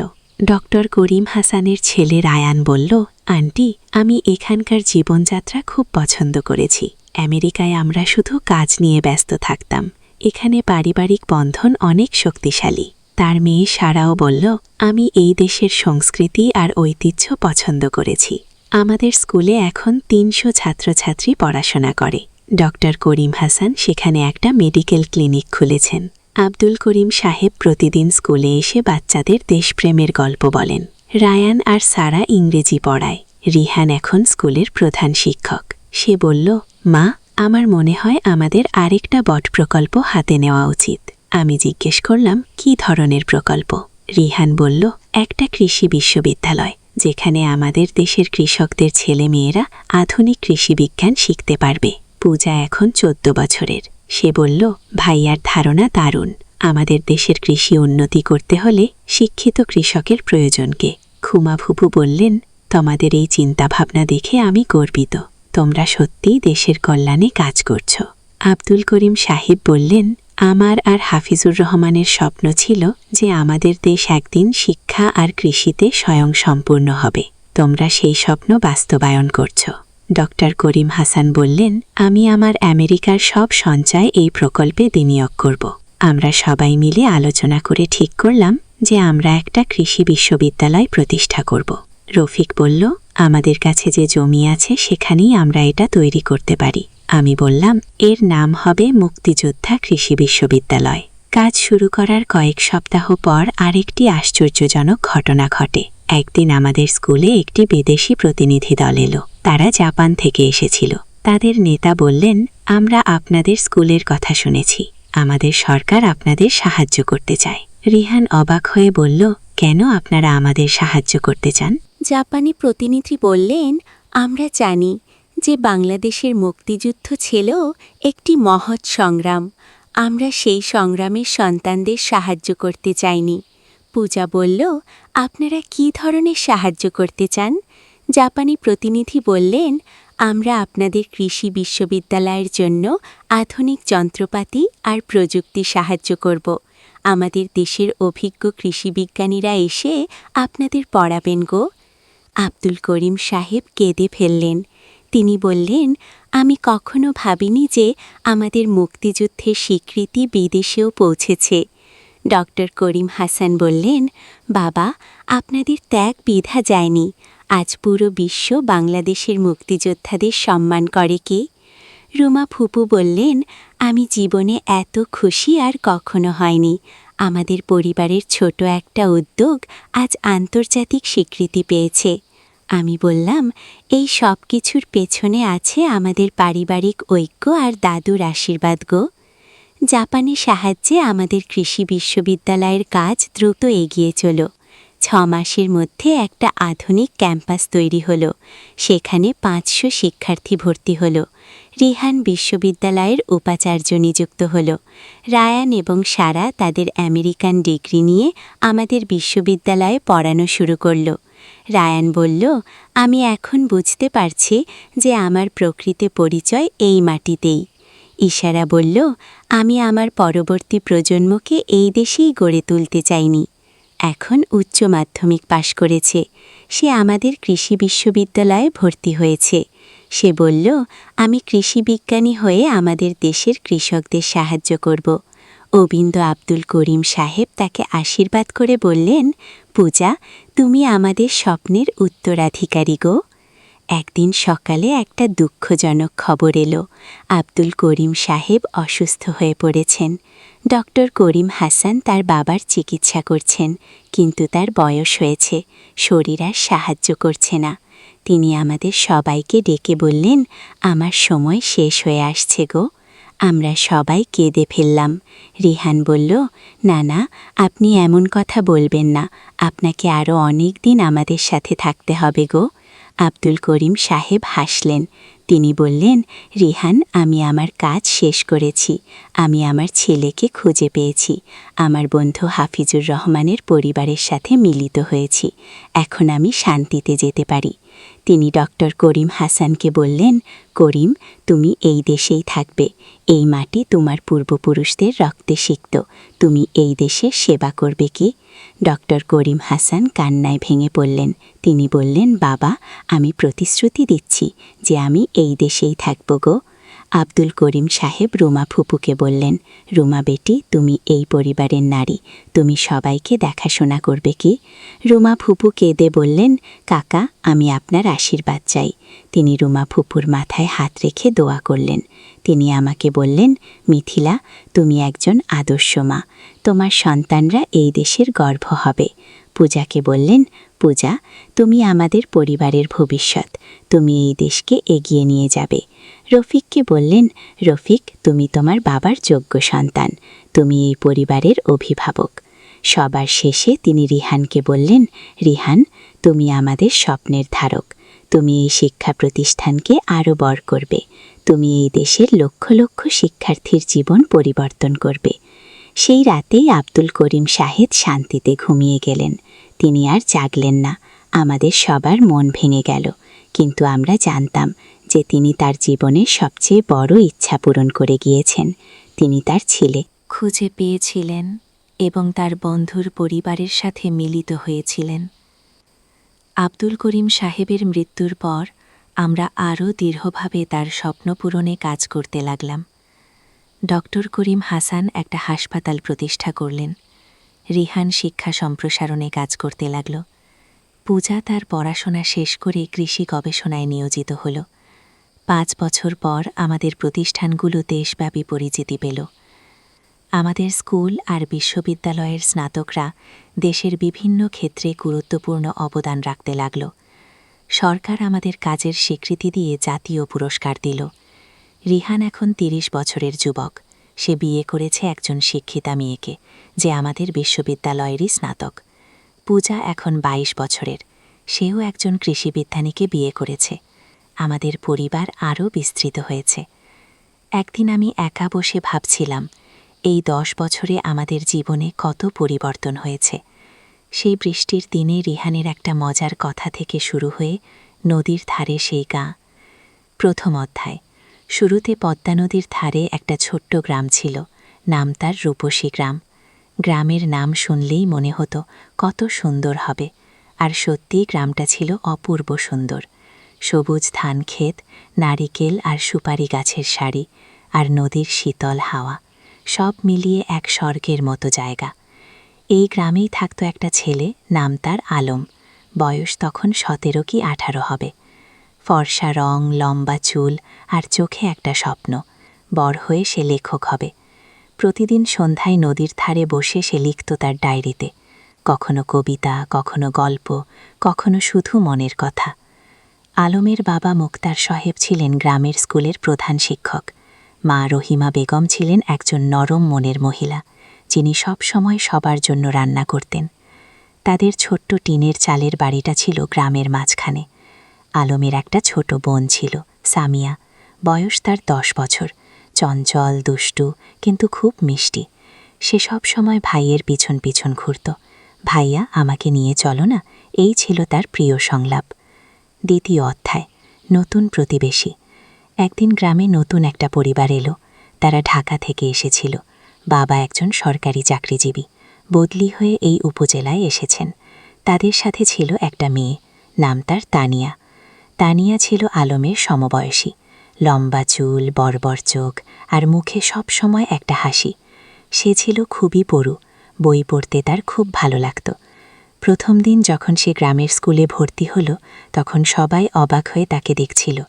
শহরের মেয়ে, কিন্তু কোনো অহংকার নেই। আলম আর তানিয়ার প্রথম দেখা হয়েছিল স্কুলের লাইব্রেরিতে। দুজনেই একই বই খুঁজছিল, রবীন্দ্রনাথের গোড়াগুলি। তুমিও রবীন্দ্রনাথ পড়ো? আলম জিজ্ঞেস করল। হ্যাঁ, আমার খুব প্রিয়। তুমি? তানিয়া হেসে জবাব দিয়েছিল। সেই থেকে তাদের বন্ধুত্ব শুরু। প্রতিদিন স্কুলে, লাইব্রেরিতে আর কখনো কখনো নদীর ধারে বসে তারা গল্প করত, সাহিত্য নিয়ে, জীবন নিয়ে, স্বপ্ন নিয়ে। তৃতীয় অধ্যায়, স্বপ্নের কথা। একদিন সন্ধ্যায় নদীর ধারে বসে আলম তানিয়াকে বলল, জানো, আমি বড় হয়ে লেখক হতে চাই। এমন গল্প লিখব যেগুলো মানুষের মন ছুঁয়ে যাবে। তানিয়া মৃদু হেসে বলল, তুমি পারবে। তোমার লেখার হাত খুব ভালো। তুমি যা লেখো তাতে আন্তরিকতা আছে। কি, তুমি কি হতে চাও? আলম জিজ্ঞেস করল। আমি শিক্ষিকা হতে চাই, গ্রামের মেয়েদের পড়াতে চাই। দেখো না, এখানে কত মেয়ে স্কুলেই যায় না। আমি চাই সবাই পড়াশোনা করুক। তানিয়ার কথা শুনে আলম অবাক হল। এতটা সরল, এতটা নিঃস্বার্থ স্বপ্ন। তুমি সত্যিই অসাধারণ। আলম বলল। তানিয়া লজ্জা পেয়ে বলল, আরে না, আমি সাধারণ। তবে হ্যাঁ, আমি মানুষের জন্য কিছু করতে চাই গো। সেদিন থেকে আলমের মনে তানিয়ার জন্য একটা বিশেষ জায়গা তৈরি হলো। সে বুঝতে পারছিল না এটা কি অনুভূতি, কিন্তু তানিয়াকে না দেখলে তার দিন ভালো যেত না। চতুর্থ অধ্যায়, বর্ষাকাল। বর্ষা এলো, পদ্মা নদী ফুলে ফেপে উঠল। চারিদিকে পানি আর পানি। স্কুল বন্ধ হয়ে গেল, বৃষ্টি থামার নাম নেই। একদিন সন্ধ্যায় আলম দেখল তানিয়া তাদের বাড়ির সামনে দাঁড়িয়ে আছে, ভিজে একদম। কি হয়েছে? এভাবে বৃষ্টিতে ভিজে আসলে কেন? আলম চিন্তিত হয়ে জিজ্ঞেস করল। আমার বই, আমার প্রিয় বইটা আমি নদীর ধারে রেখে এসেছিলাম, পানিতে ভেসে যাবে কি? তানিয়া কাঁদো কাঁদো স্বরে বলল। আলম কিছু না ভেবে ছাতা নিয়ে বেরিয়ে পড়ল। বৃষ্টি তখন মুষলধারে পড়ছে। সে নদীর ধারে গিয়ে দেখল তানিয়ার বইটা একটা পাথরের নিচে চাপা পড়ে আছে, কিন্তু পানি প্রায় সেখানে পৌঁছে গেছে। সে দ্রুত বইটা তুলে নিল। সৌভাগ্যবশত বইটা পুরোপুরি ভিজেনি। সে তার শার্টের ভেতরে বইটা লুকিয়ে বাড়ি ফিরল। তানিয়া যখন বইটা পেল, তার চোখে পানি এসে গেল। তুমি এতটা করলে আমার জন্য, তুমি আমার বন্ধু, বন্ধুর জন্য এটুকু তো করাই যায়। আলম হেসে বলল। সেদিন থেকে তানিয়াও বুঝতে পারল আলমদার কাছে শুধু একজন বন্ধু নয়, আরও বেশি কিছু। পঞ্চম অধ্যায়, গ্রামের মেলা। শরৎকাল এলো, গ্রামে বট মেলা বসল। নৌকাবাইজ, পুতুল নাচ, জারি গান, কত কিছু। সারা গ্রামে উৎসবের আমেজ। আলম আর তানিয়া একসাথে মেলা ঘুরছিল। সামিয়াও ছিল তাদের সাথে। সে দুষ্টুমি করে বলল, ভাইজান, তানিয়া আপু তোমার বউ হবে। আলম আর তানিয়া দুজনেই লজ্জা পেয়ে গেল। আলম সামিয়াকে বকা দিল, কিন্তু মনে মনে সে ভাবছিল, সত্যিই তো, তানিয়াকে ছাড়া তার জীবন অসম্পূর্ণ মনে হয়। মেলায় একটা পুতুলের দোকানে তানিয়া একটা সুন্দর পুতুল দেখে মুগ্ধ হয়ে গেল, কিন্তু দাম শুনে হতাশ হল। 50 টাকা। তার কাছে এত টাকা ছিল না। আলম চুপি চুপি পুতুলটা কিনে নিল। মেলা শেষে যখন বাড়ি ফিরছিল তখন সে তানিয়াকে পুতুলটা দিল। এটা তুমি আমার জন্য? তানিয়া অবাক হয়ে বলল। তুমি যেটা চেয়েছিলে সেটা তোমার হওয়া উচিত কি? আলম মৃদু হেসে বলল। তানিয়া পুতুলটা বুকে জড়িয়ে ধরল। ধন্যবাদ আলম, তুমি সত্যিই খুব ভালো গো। সেদিন রাতে আলম তার ডায়েরিতে লিখল, আজ আমি বুঝেছি ভালোবাসা কাকে বলে। যাকে দেখলে বুক ভরে যায়, যার জন্য নিজের সব কিছু দিয়ে দিতে ইচ্ছা করে, সেই তো ভালোবাসা। ষষ্ঠ অধ্যায়, সংকট। কিন্তু জীবন তো সবসময় সুখের থাকে না। একদিন আলমের বাবা হঠাৎ অসুস্থ হয়ে পড়লেন। ডাক্তার বলল তাকে ঢাকায় নিয়ে যেতে হবে ভালো চিকিৎসার জন্য। আলম দুশ্চিন্তায় পড়ে গেল। ঢাকায় যেতে হলে অনেক টাকা লাগবে, তাদের পরিবার তো সচ্ছল নয়। তানিয়া যখন এই খবর পেল সে তার বাবাকে বলল। তানিয়ার বাবা একজন ভালো মানুষ ছিলেন, তিনি আলমের বাবার চিকিৎসার জন্য টাকা দিতে রাজি হলেন। না না, এভাবে আমরা নিতে পারব না, মুক্তা সাহেব বললেন। আপনি আমার মেয়ের শিক্ষকের বাবা, আমার দায়িত্ব আপনার সেবা করা, তানিয়ার বাবা বললেন। শেষ পর্যন্ত আলমের বাবাকে ঢাকায় নিয়ে যাওয়া হলো। আলম আর তার মা তার সাথে গেল। সামিয়া থেকে গেল গ্রামে তানিয়াদের বাড়িতে। ঢাকায় থাকতে হলো প্রায় 1 মাস। সেই 1 মাস আলম প্রতিদিন তানিয়াকে চিঠি লিখত। মোবাইল ফোন তো তখন সবার ছিল না, চিঠি ছিল যোগাযোগের মাধ্যম। তানিয়াও প্রতিদিন চিঠির অপেক্ষায় থাকত। আলমের চিঠি পড়ে সে বুঝতে পারত আলম কতটা কষ্টে আছে, কতটা দুশ্চিন্তায় আছে। সে নিজেও আলমের জন্য দোয়া করত। সপ্তম অধ্যায়, ফিরে আসা। অবশেষে মুক্তা সাহেব সুস্থ হয়ে উঠলেন। ডাক্তার বললেন এখন তিনি বাড়ি যেতে পারবেন, কিন্তু সতর্ক থাকতে হবে। যেদিন আলম গ্রামে ফিরল সেদিন পুরো গ্রাম খুশিতে আত্মহারা। সবাই মুক্তা সাহেবকে দেখতে এলো। তানিয়াও এলো সামিয়াকে নিয়ে। আলম তানিয়াকে দেখে বলল, তোমার চিঠিগুলো আমাকে শক্তি দিয়েছে। থাকায় যখন খুব কষ্ট লাগত তখন তোমার চিঠি পড়ে আবার ভালো লাগত। আমি জানতাম তুমি ফিরে আসবে। আমি বিশ্বাস রাখিনি, হারাইনি। তানিয়া মৃদু হেসে বলল। সেদিন বিকেলে নদীর ধারে বসে আলম তানিয়াকে বলল, তানিয়া, আমি তোমাকে কিছু বলতে চাই। বল। তানিয়া বলল, আমি তোমাকে ভালোবাসি। ঢাকায় থাকার সময় প্রতিটা মুহূর্তে তোমার কথা মনে পড়েছে। তুমি ছাড়া আমার জীবন অর্থহীন বো। তানিয়া কিছুক্ষণ চুপ করে রইল, তারপর বলল, আমিও তোমাকে ভালোবাসি আলম, কিন্তু আমরা এখনো ছোট। আমাদের পড়াশোনা শেষ করতে হবে, নিজেদের প্রতিষ্ঠিত করতে হবে। তারপর আমরা একসাথে থাকব। আলম তার কথা শেষ করল। হ্যাঁ, একসাথে থাকব। তানিয়া হেসে মাথা নাই। অষ্টম অধ্যায়, সময়ের পরীক্ষা। পরের কয়েক বছর দ্রুত কেটে গেল। আলম আর তানিয়া দুজনেই খুব ভালো ছাত্র ছিল। এসএসসি পরীক্ষায় দুজনেই জিপিএ 5 পেল। এরপর তারা ঢাকায় কলেজে ভর্তি হল। আলম নটরডেম কলেজে আর তানিয়া হোলি ক্রস কলেজে। গ্রাম ছেড়ে শহরে আসতে হলো। শহরের জীবন ছিল অন্যরকম। ব্যস্ততা, ভিড়, শব্দ, সব কিছু গ্রামের থেকে আলাদা। কিন্তু আলম আর তানিয়া তাদের লক্ষ্য থেকে বিচলিত হল না। প্রতি সপ্তাহান্তে তারা দেখা করত, কখনো রমনা পার্কে, কখনো ডিএসসিতে, কখনো কোনো বইয়ের দোকানে। তারা একে অপরকে উৎসাহ দিত, সাহস দিত। এইচএসসি পরীক্ষায়ও দুজনেই ভালো ফল করল। আলম ঢাকা বিশ্ববিদ্যালয়ে বাংলা সাহিত্যে ভর্তি হল, আর তানিয়া শিক্ষা বিভাগে। কিন্তু বিশ্ববিদ্যালয়ের জীবনে নতুন চ্যালেঞ্জ এলো। রাজনীতি, সেশন, আর্থিক সংকট, নানা সমস্যা। কখনো কখনো আলমের মনে হতো সে হয়তো লেখক হতে পারবে না। তানিয়াও মাঝে মাঝে হতাশ হতো, কিন্তু তারা একে অপরকে সাহায্য করত। আলম যখন হতাশ হতো তানিয়া তাকে মনে করিয়ে দিত তার স্বপ্নের কথা। তানিয়া যখন ভেঙে পড়ত আলম তাকে শক্তি যোগাত। নবম অধ্যায়, স্বপ্ন পূরণের পথে। স্নাতক শেষ করার পর আলম একটা পত্রিকার চাকরি পেল। সাংবাদিক হিসেবে বেতন খুব বেশি না, কিন্তু লেখার সুযোগ ছিল। সে ফিচার লিখত, গল্প লিখত। তানিয়া একটা স্কুলের শিক্ষিকা হিসেবে যোগ দিল। তার স্বপ্ন ছিল গ্রামে ফিরে যাওয়া, কিন্তু সে জানত এখনো সময় হয়নি। আগে অভিজ্ঞতা অর্জন করতে হবে। একদিন আলম একটা প্রকাশনা সংস্থায় তার লেখা গল্পের পাণ্ডুলিপি জমা দিল। সে একটা উপন্যাস লিখেছিল, নদীর ধারে সেই গা। এটা ছিল তাদের নিজেদের গল্প, তাদের গ্রামের গল্প। কয়েক মাস পর প্রকাশক ফোন করলেন, আপনার বই আমরা প্রকাশ করতে চাই। গল্পটা খুব সুন্দর, আবেগময়। আলম বিশ্বাস করতে পারছিল না, তার স্বপ্ন সত্যি হচ্ছে। সে প্রথমেই তানিয়াকে খবরটা দিল, আমি জানতাম তুমি পারবে, তুমি তো সত্যিই লেখক। তানিয়া খুশিতে আটখানা। বইটা প্রকাশিত হওয়ার পর বেশ সাড়া পড়ে গেল। পাঠকরা ভালো সাড়া দিল, সমালোচকরাও প্রশংসা করল। 10ম অধ্যায়, ঘরে ফেরা। 5 বছর পর আলম আর তানিয়া সিদ্ধান্ত নিল তারা গ্রামে ফিরে যাবে। ঢাকায় তারা যা অর্জন করতে চেয়েছিল তা করেছে। এখন সময় এসেছে নিজেদের শেখতে ফিরে যাওয়ার।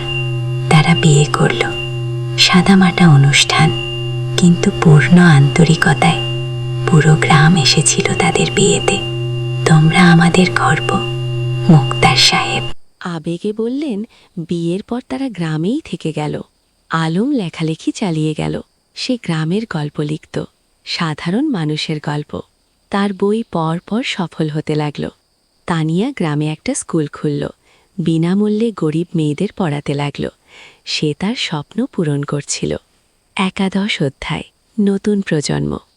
3 বছর পর তাদের একটা মেয়ে হল, নাম রাখো রূপা। ছোট্ট ফুটফুটে, ঠিক তানিয়ার মতো। রূপা বড় হতে লাগল গ্রামের মুক্ত পরিবেশে। নদীর ধারে খেলা, মাঠে দৌড়ানো, গাছে চড়া, সব কিছু। আলম তাকে গল্প শোনাত, তানিয়া তাকে পড়াত। একদিন রূপা জিজ্ঞেস করল, বাবা, তুমি আর মা কিভাবে পরিচিত হলে? আলম হেসে বলল, সেটা একটা লম্বা গল্প। মা একদিন তোমাকে পুরো গল্প শোনাব। এখন শোনাও না বাবা, রূপা জেদ করল। আলম তানিয়ার দিকে তাকালো। তানিয়া হেসে মাথা নাড়ল। ঠিক আছে, শোনো তাহলে। অনেক বছর আগে এই নদীর ধারে 2 ছেলে মেয়ে পরিচিত হয়েছিল। 12 অধ্যায়, পূর্ণতা। বছর কেটে গেল। আলমের বই এখন দেশজুড়ে জনপ্রিয়। সে একজন প্রতিষ্ঠিত লেখক, কিন্তু খ্যাতি তাকে বদলায়নি। সে এখনও সেই সরল ইংলি আলম। তানিয়া স্কুল এখন বড় হয়েছে, শত শত সেখানে পড়ছে। অনেকে এখন কলেজে, বিশ্ববিদ্যালয়ে। তানিয়া তাদের সবার কাছে একজন আদর্শ। একদিন সন্ধ্যায় নদীর ধারে বসে আলম তানিয়াকে বলল, তুমি জানো, এই জায়গাটাই আমার সবচেয়ে প্রিয়। এখানেই আমরা প্রথম একসাথে বসেছিলাম, স্বপ্নের কথা বলেছিলাম, আর এখন সেই স্বপ্ন পূরণ হয়েছে। তানিয়া বলল, শুধু পূরণই না, আরও বেশি কিছু পেয়েছি। তোমাকে পেয়েছি, রূপাকে পেয়েছি, এই সুন্দর জীবনটা পেয়েছি। রূপা তখন দৌড়ে এসে তাদের কোলে বসল। বাবা, আমি বড় হয়ে তোমার মতো লেখক হব। আলম হেসে মেয়ের মাথায় হাত গলিয়ে দিল। তুমি যা হতে চাও তাই হবে মা, আমরা তোমার পাশে আছি। সূর্য তখন অস্ত যাচ্ছে নদীর ওপারে। লাল কমলা আকাশ, নদীর শীতল বাতাস, আর পরিবারের উষ্ণতা। এর চেয়ে সুন্দর আর কি হতে পারে? 14 অধ্যায়, গ্রামের উন্নয়ন। আলম আর তানিয়া শুধু নিজেদের নিয়েই ব্যস্ত ছিল না, তারা পুরো গ্রামের উন্নয়ন নিয়ে ভাবত। আলম তার লেখালেখি থেকে যা আয় করত তার একটা অংশ গ্রামের উন্নয়নে ব্যয় করত। তারা গ্রামে একটা লাইব্রেরি খুলল, হাজার হাজার বই নিয়ে। গ্রামের যে কেউ এসে বই পড়তে পারত। ছোট ছেলেমেয়েরা বিকেলে এসে বই পড়ত, গল্প শুনত। জ্ঞানী শক্তি। আলম সবসময় বলতো, আমরা যদি আমাদের নতুন প্রজন্মকে শিক্ষিত করতে পারি তাহলে গ্রাম এমনিতেই উন্নত হবে। তানিয়া তার স্কুলে শুধু পড়াশোনাই শেখাতো না, জীবন দক্ষতাও শেখাতো। মেয়েদের শেখাতো কিভাবে আত্মবিশ্বাসী হতে হয়, কিভাবে নিজের মতামত প্রকাশ করতে হয়, কিভাবে স্বাবলম্বী হতে হয়। শিক্ষা মানে শুধু বই পড়া নয়, তানিয়া বলতো। শিক্ষা মানে জীবনকে বুঝতে শেখা, মানুষ হয়ে ওঠা। গ্রামের মানুষ তাদের এই প্রচেষ্টায় খুব খুশি ছিল। যারা আগে মেয়েদের স্কুলে পাঠাতে চাইত না, তারাও এখন পাঠাতে শুরু করেছে। একদিন গ্রামের প্রবীণ হাজী সাহেব আলমকে বললেন, বাবা, তোমরা আমাদের গ্রামের জন্য যা করছো সেটা আল্লাহ কবুল করুন। তোমরা না থাকলে আমাদের গ্রাম এখনো অন্ধকারেই থাকত। আলম বিনয়ের সাথে বলল, চাচা, আমরা তো এই গ্রামেরই সন্তান, আমাদের দায়িত্ব এই গ্রামের সেবা করা। চতুর্দশ অধ্যায়। বাধা আর সংগ্রাম। কিন্তু জীবন তো সবসময় মসৃণ পথে চলে না। একদিন গ্রামে একটা বড় সমস্যা দেখা দিল। পদ্মা নদীর ভাঙন শুরু হলো। প্রতিদিন নদী গ্রামের জমি গিলে খাচ্ছে। অনেক পরিবার তাদের বাড়িঘর হারাচ্ছে। ফসলের জমি নদীতে তলিয়ে যাচ্ছে।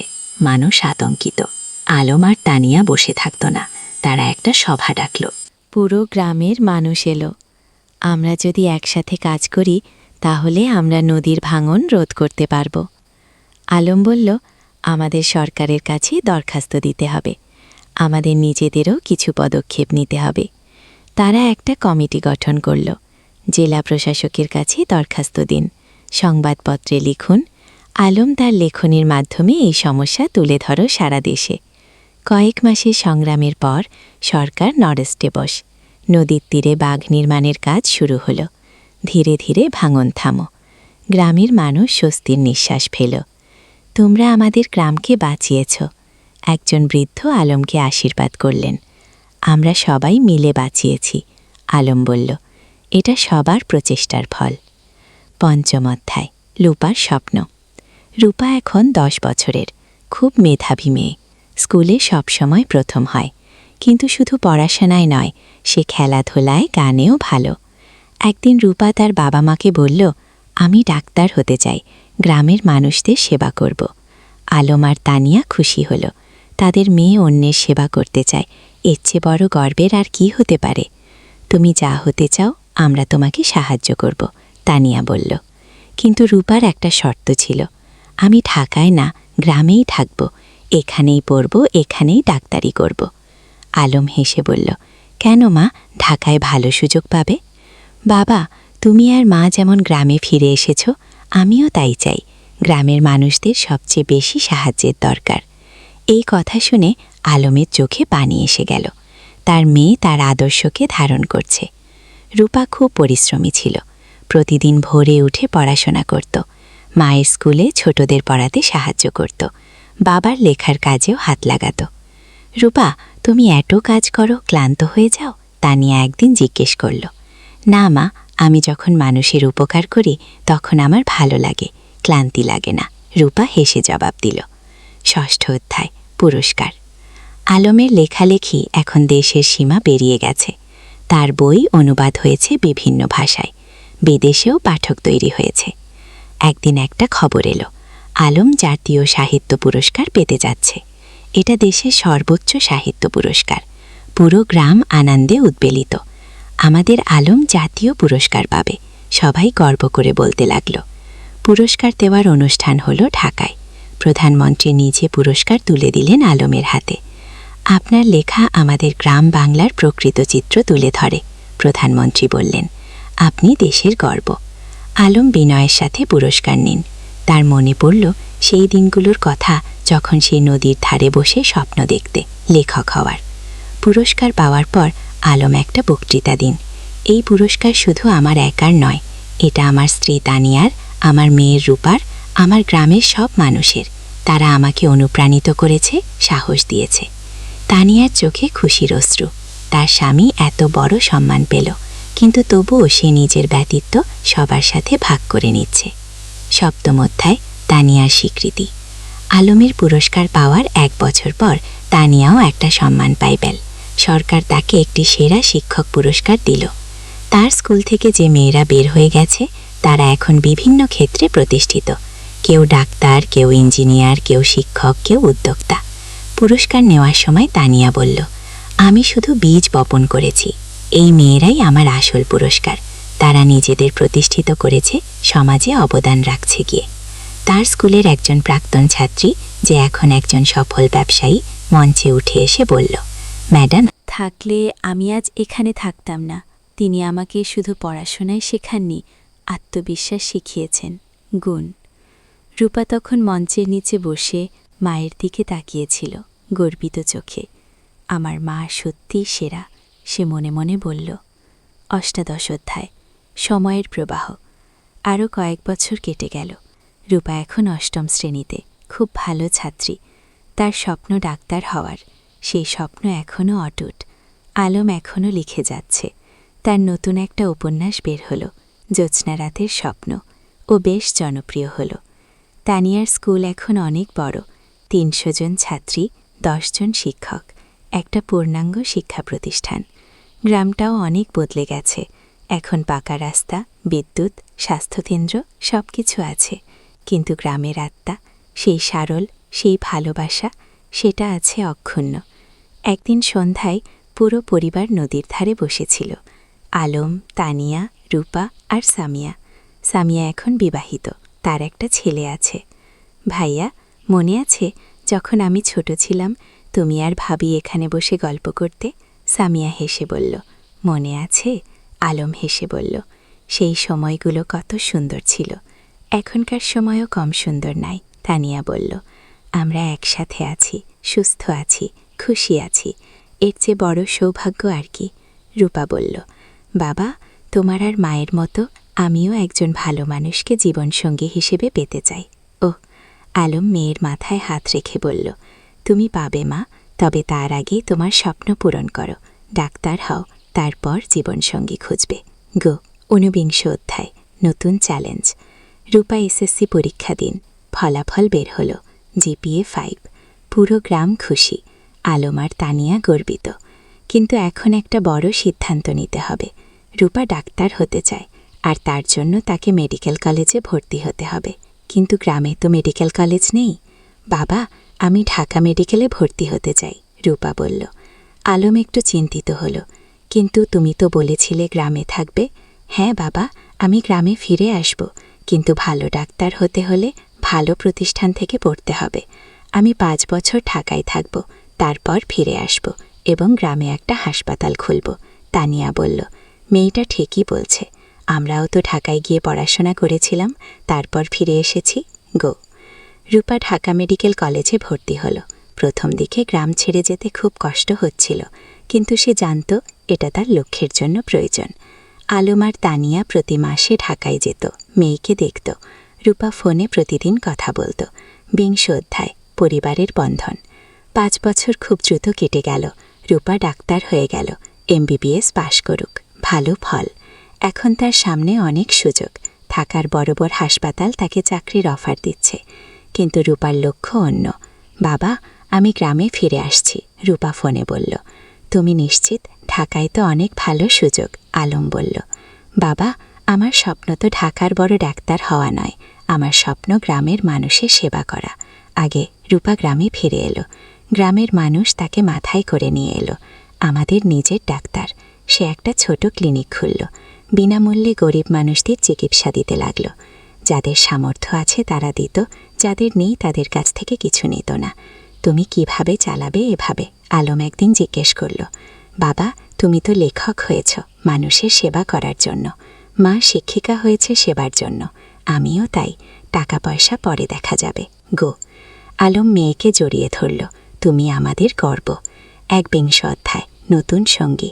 রূপা যখন ক্লিনিকে ব্যস্ত, তখন একদিন একজন তরুণ ডাক্তার এলো। তার নাম ফাহিম। সে ঢাকা থেকে এসেছে গ্রামাঞ্চলে স্বেচ্ছাসেবা করতে। ফাহিম আর রূপা একসাথে কাজ করতে লাগল। দুজনেই একই স্বপ্ন দেখে, গ্রামের মানুষের সেবা করা। ধীরে ধীরে তাদের মধ্যে বন্ধুত্ব হলো। তারপর সেই বন্ধুত্ব ভালোবাসায় রূপান্তরিত হলো। একদিন ফাহিম আলমের কাছে এলো। চাচা, আমি রূপাকে বিয়ে করতে চাই। আলম হেসে বলল। তুমি কি রূপাকে জিজ্ঞেস করেছ? হ্যাঁ, সে রাজি। ফাহিম লজ্জা পেয়ে বলল। তানিয়া খুশিতে আটখানা। আমার মেয়ে একজন ভালো মানুষ পেয়েছে। গিয়ে রূপা আর ফাহিমের বিয়ে হলো। সাদামাটা কিন্তু আন্তরিক অনুষ্ঠান। পুরো গ্রাম এসেছিল বিয়ের পর। তারা দুজন মিলে ক্লিনিক চালাতে লাগল। তারা স্বপ্ন দেখে গ্রামে একটা বড় হাসপাতাল করার। দাবি অধ্যায় 3, প্রজন্ম 2। বছর পর রূপার একটা ছেলে হলো, নাম রাখো লায়ান। আলম আর তানিয়া দাদা দাদি হলো। দেখো আমাদের নাতি, আলম আবেগে বলল। তানিয়া শিশুটিকে কোলে নিয়ে বলল, এই শিশু আমাদের ভবিষ্যৎ, এর জন্যেই তো আমরা এত কাজ করছি। এখন বাড়িতে ৩ প্রজন্ম, আলম, তানিয়া, রূপা, ফাহিম আর ছোট্ট আয়ান। প্রতিদিন সন্ধ্যায় তারা একসাথে বসে। আলম গল্প বলে, তানিয়া গান শোনায়, রূপা দিনের কাজের গল্প বলে। একদিন আয়ান যখন একটু বড় হলো, সে জিজ্ঞেস করল, দাদু তুমি কি করো? আলম হেসে বলল, আমি গল্প লিখি। না তবু, আমাকে একটা গল্প বলো না? ঠিক আছে, শোনো তাহলে। অনেক বছর আগে এই নদীর ধারে। আর এভাবেই চলতে থাকে জীবনের গল্প, প্রজন্ম থেকে প্রজন্মে। ২৩ অধ্যায় উত্তরাধিকার। আলম এখন ৭ পেরিয়ে গেছে, চুল দাড়ি পেকে গেছে, কিন্তু লেখার হাত এখনও অক্ষুণ্ণ। সে এখনও প্রতিদিন লেখে। তানিয়াও এখন অবসর নিয়েছে স্কুল থেকে, কিন্তু মাঝে মাঝে যায় ছাত্রীদের সাথে দেখা করতে। একদিন আয়ান, যে এখন ৫ বছরের, দাদুকে জিজ্ঞেস করল, দাদু তুমি কত বই লিখেছ? প্রায় ২০টা। আলম বলল, আমিও বড় হয়ে লেখক হব। আয়ান বলল। রূপা হেসে বলল, তুমি যা হতে চাও তাই হবে। আলম নাতিকে কোলে নিয়ে বলল, লেখক হওয়া মানে শুধু বই লেখা নয় বাবা, লেখক হওয়া মানে মানুষের কথা বলা, সত্য বলা, ভালোবাসা ছড়িয়ে দেওয়া। গিফ, আমি সব করব। আয়ান উৎসাহিত হয়ে বলল। তানিয়া নাতিকে আদর করে বলল, তুমি করবে, আমরা জানি। গিফ অধ্যায় গ্রামের হাসপাতাল। রূপা আর ফাহিমের স্বপ্ন ছিল গ্রামে একটা বড় হাসপাতাল খোলার। তারা কয়েক বছর ধরে টাকা জমিয়ে রাখছিল। আলমও তার রয়্যালটির একটা অংশ দিয়েছিল। অবশেষে সেই দিন এলো। তারা একটা ৩ তলা হাসপাতাল তৈরি করল। নাম দিল উরুপসী হাসপাতাল। উদ্বোধনের দিন পুরো জেলা থেকে মানুষ এলো। স্বাস্থ্যমন্ত্রী নিজে এসে উদ্বোধন করলেন। এই হাসপাতাল শুধু একটা স্বাস্থ্যসেবা কেন্দ্র নয়, মন্ত্রী বললেন, এটা একটা স্বপ্নের বাস্তবায়ন। ডাক রূপা আর ডাক ফাহিম যা করেছেন সেটা অনুকরণীয়। গুণ, হাসপাতালে 10টা বেড, অপারেশন থিয়েটার, ল্যাবরেটরি সবকিছু আছে। আর সবচেয়ে বড় কথা, গরিবদের জন্য বিনামূল্যে চিকিৎসার ব্যবস্থা। আলম গর্ভে বুক ফুলিয়ে বলল, আমার মেয়ে যা করেছে আমি কলম দিয়ে তা করতে পারিনি। তুমি কলম দিয়ে মানুষের মন ছুঁয়েছ, আমি হাত দিয়ে মানুষের শরীর সারাচ্ছি। দুটোই সমান গুরুত্বপূর্ণ। রূপা বলল। ২৫ অধ্যায় প্রত্যাবর্তন। একদিন গ্রামে একটা আশ্চর্য ঘটনা ঘটল। যে ছেলেটা ৩০ বছর আগে গ্রাম ছেড়ে আমেরিকায় গিয়েছিল, সে ফিরে এলো। তার নাম জামিল। সে আমেরিকায় একজন সফল ব্যবসায়ী, কিন্তু বয়স হয়েছে। এখন সে গ্রামে ফিরতে চায়। জামিল আলমের সাথে দেখা করতে এলো। আমি তোমার বই পড়েছি আমেরিকায় বসে। সেই বই পড়ে আমার গ্রামের কথা মনে পড়ে গেল, তাই ফিরে এলাম। স্বাগতম। আলম হাসি মুখে বলল।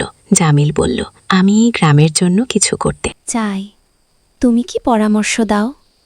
আলম ভাবল একটু, তারপর বলল, গ্রামে একটা কারিগরি প্রশিক্ষণ কেন্দ্র খোলো। যুবকদের হাতে কলমে কাজ শেখাও, তাহলে তারা চাকরি পাবে, স্বাবলম্বী হবে। জামিল খুশি হল। চমৎকার আইডিয়া। কয়েক মাসের মধ্যে একটা কারিগরি প্রশিক্ষণ কেন্দ্র খোলা হলো। সেখানে ছেলেমেয়েরা কম্পিউটার, ইলেকট্রনিক্স, সেলাই, রান্না, নানা বিষয়ের প্রশিক্ষণ পেতে লাগল। এভাবে একে একে গ্রামে নতুন নতুন সুবিধা যুক্ত হতে লাগল। কেউ ফিরে এসে স্কুলে দান করল, কেউ রাস্তা বানিয়ে দিল, কেউ মসজিদ মন্দির সংস্কার করল। আলম দেখছিল আর ভাবছিল, একজন মানুষ যদি ভালো কাজ শুরু করে, তাহলে সেটা অন্যদেরও অনুপ্রাণিত করে। কি ২৬ অধ্যায় পরবর্তী প্রজন্ম। আয়ান এখন ১০ বছরের, খুব মেধাবী ছেলে। সে দাদুর কাছে বসে গল্প শোনে, দাদির কাছ থেকে জীবনের পাঠ। একদিন স্কুলে একটা রচনা প্রতিযোগিতা হল। বিষয় ছিল, ও আমার স্বপ্নের বাংলাদেশ। আয়ান লিখল, আমার স্বপ্নের বাংলাদেশের সবাই শিক্ষিত হবে। কেউ অসুস্থ হলে চিকিৎসা পাবে, কেউ গরিব থাকবে না, সবাই একসাথে মিলেমিশে থাকবে। আমার দাদু বলেন, স্বপ্ন দেখতে হয় বড়, তারপর সেই স্বপ্ন পূরণের জন্য কাজ করতে হয়। আয়ান প্রথম হল, পুরস্কার পেল। আলম নাদির রচনা পড়ে চোখ ভিজিয়ে ফেলল। আমাদের শিক্ষা বৃথা যায়নি, নতুন প্রজন্ম ঠিক পথে আছে। ২৭ অধ্যায় জীবনের সন্ধ্যা। আলম এখন ৬৫ পেরিয়ে গেছে। শরীর একটু দুর্বল হয়ে এসেছে, কিন্তু মন এখনও তরুণ। একদিন ডাক্তার বলল তার হার্টের সমস্যা আছে, বিশ্রাম নিতে হবে। রূপা খুব চিন্তিত। বাবা, তুমি এখন আর এত কাজ করবে না, বিশ্রাম নাও। কিন্তু আলম কি থেমে থাকার মানুষ? সে এখনও লেখে, মানুষের সাথে দেখা করে, গ্রামের উন্নয়নের কাজে যুক্ত থাকে। তানিয়া বলল, তুমি একটু শান্ত হও, আমরা এত কাজ করেছি, এখন পরের প্রজন্মকে দায়িত্ব দাও। তুমি ঠিক বলছ। আলম মেনে নিল। কিন্তু আমার একটা শেষ ইচ্ছা আছে। কি? কি? তানিয়া জিজ্ঞেস করল। আমি আমাদের জীবনের গল্পটা লিখতে চাই, একটা আত্মজীবনী, যাতে পরের প্রজন্ম জানতে পারে আমরা কিভাবে স্বপ্ন দেখেছিলাম, কিভাবে সেই স্বপ্ন পূরণ করেছিলাম গো। তুমি লেখো। তানিয়া হেসে বলল, আমি তোমাকে সাহায্য করব। 28 অধ্যায়, শেষ বই। পরের 6 মাস আলম লিখল তার জীবনের গল্প। নদীর ধারে সেই গা, একটি জীবন কথা। কি নাম দিন বইটায়? ছিল তাদের প্রথম দেখা, প্রথম প্রেম, সংগ্রাম, সফলতা, ব্যর্থতা, সব কিছু। বই প্রকাশিত হওয়ার পর দেশ জুড়ে সাড়া পড়ে গেল। মানুষ পড়ল আর অনুপ্রাণিত হল। একজন পাঠক চিঠি লিখলুন, আপনার বই পড়ে আমি বুঝেছি স্বপ্ন দেখা আর তা পূরণ করা সম্ভব। আমিও এখন আমার গ্রামে ফিরে যাব, কিছু করব।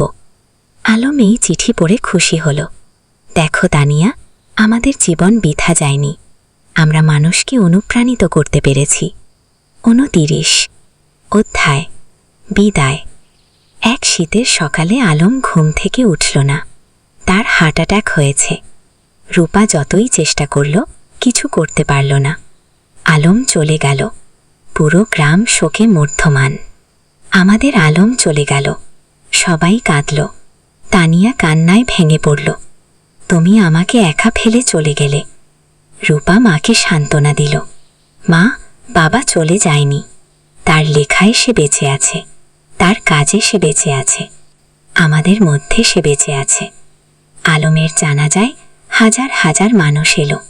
তাকে সমাহিত করা হলো গ্রামের কবরস্থানে, নদীর পাশে, যেখানে সে জীবনের অনেকটা সময় কাটিয়েছে। 30 অধ্যায়, উত্তরাধিকার। সেই অধ্যায়। আলমের মৃত্যুর পর তানিয়া ভেঙে পড়েনি, সে আরও শক্ত হয়েছে। আলম চলে গেছে, কিন্তু তার স্বপ্ন চলে যায়নি। আমাকে সেই স্বপ্ন বাঁচিয়ে রাখতে হবে গো। সেই গ্রামের লাইব্রেরিটাকে কি আলম স্মৃতি লাইব্রেরিকে নাম দিন। সেখানে আলমের সব বই রাখা হল। রূপা হাসপাতালে আরও বেশি মনোযোগী হল। বাবা চাইতেন আমি মানুষের সেবা করি, আমি তাই করব। বউ ফাহিম তার পাশে থেকে সাহায্য করল। আয়ান, যে এখন 15 বছরের, দাদুর মতো লিখতে শুরু করল। সে গল্প লেখে, কবিতা লেখে। একদিন আয়ান তানিয়াকে তার লেখা একটা গল্প দেখালো। গল্পের নাম দাদুর স্বপ্ন। তানিয়া পড়ল, চোখে পানি এলো। তোমার দাদু বেঁচে আছে তোমার মধ্যে। কি?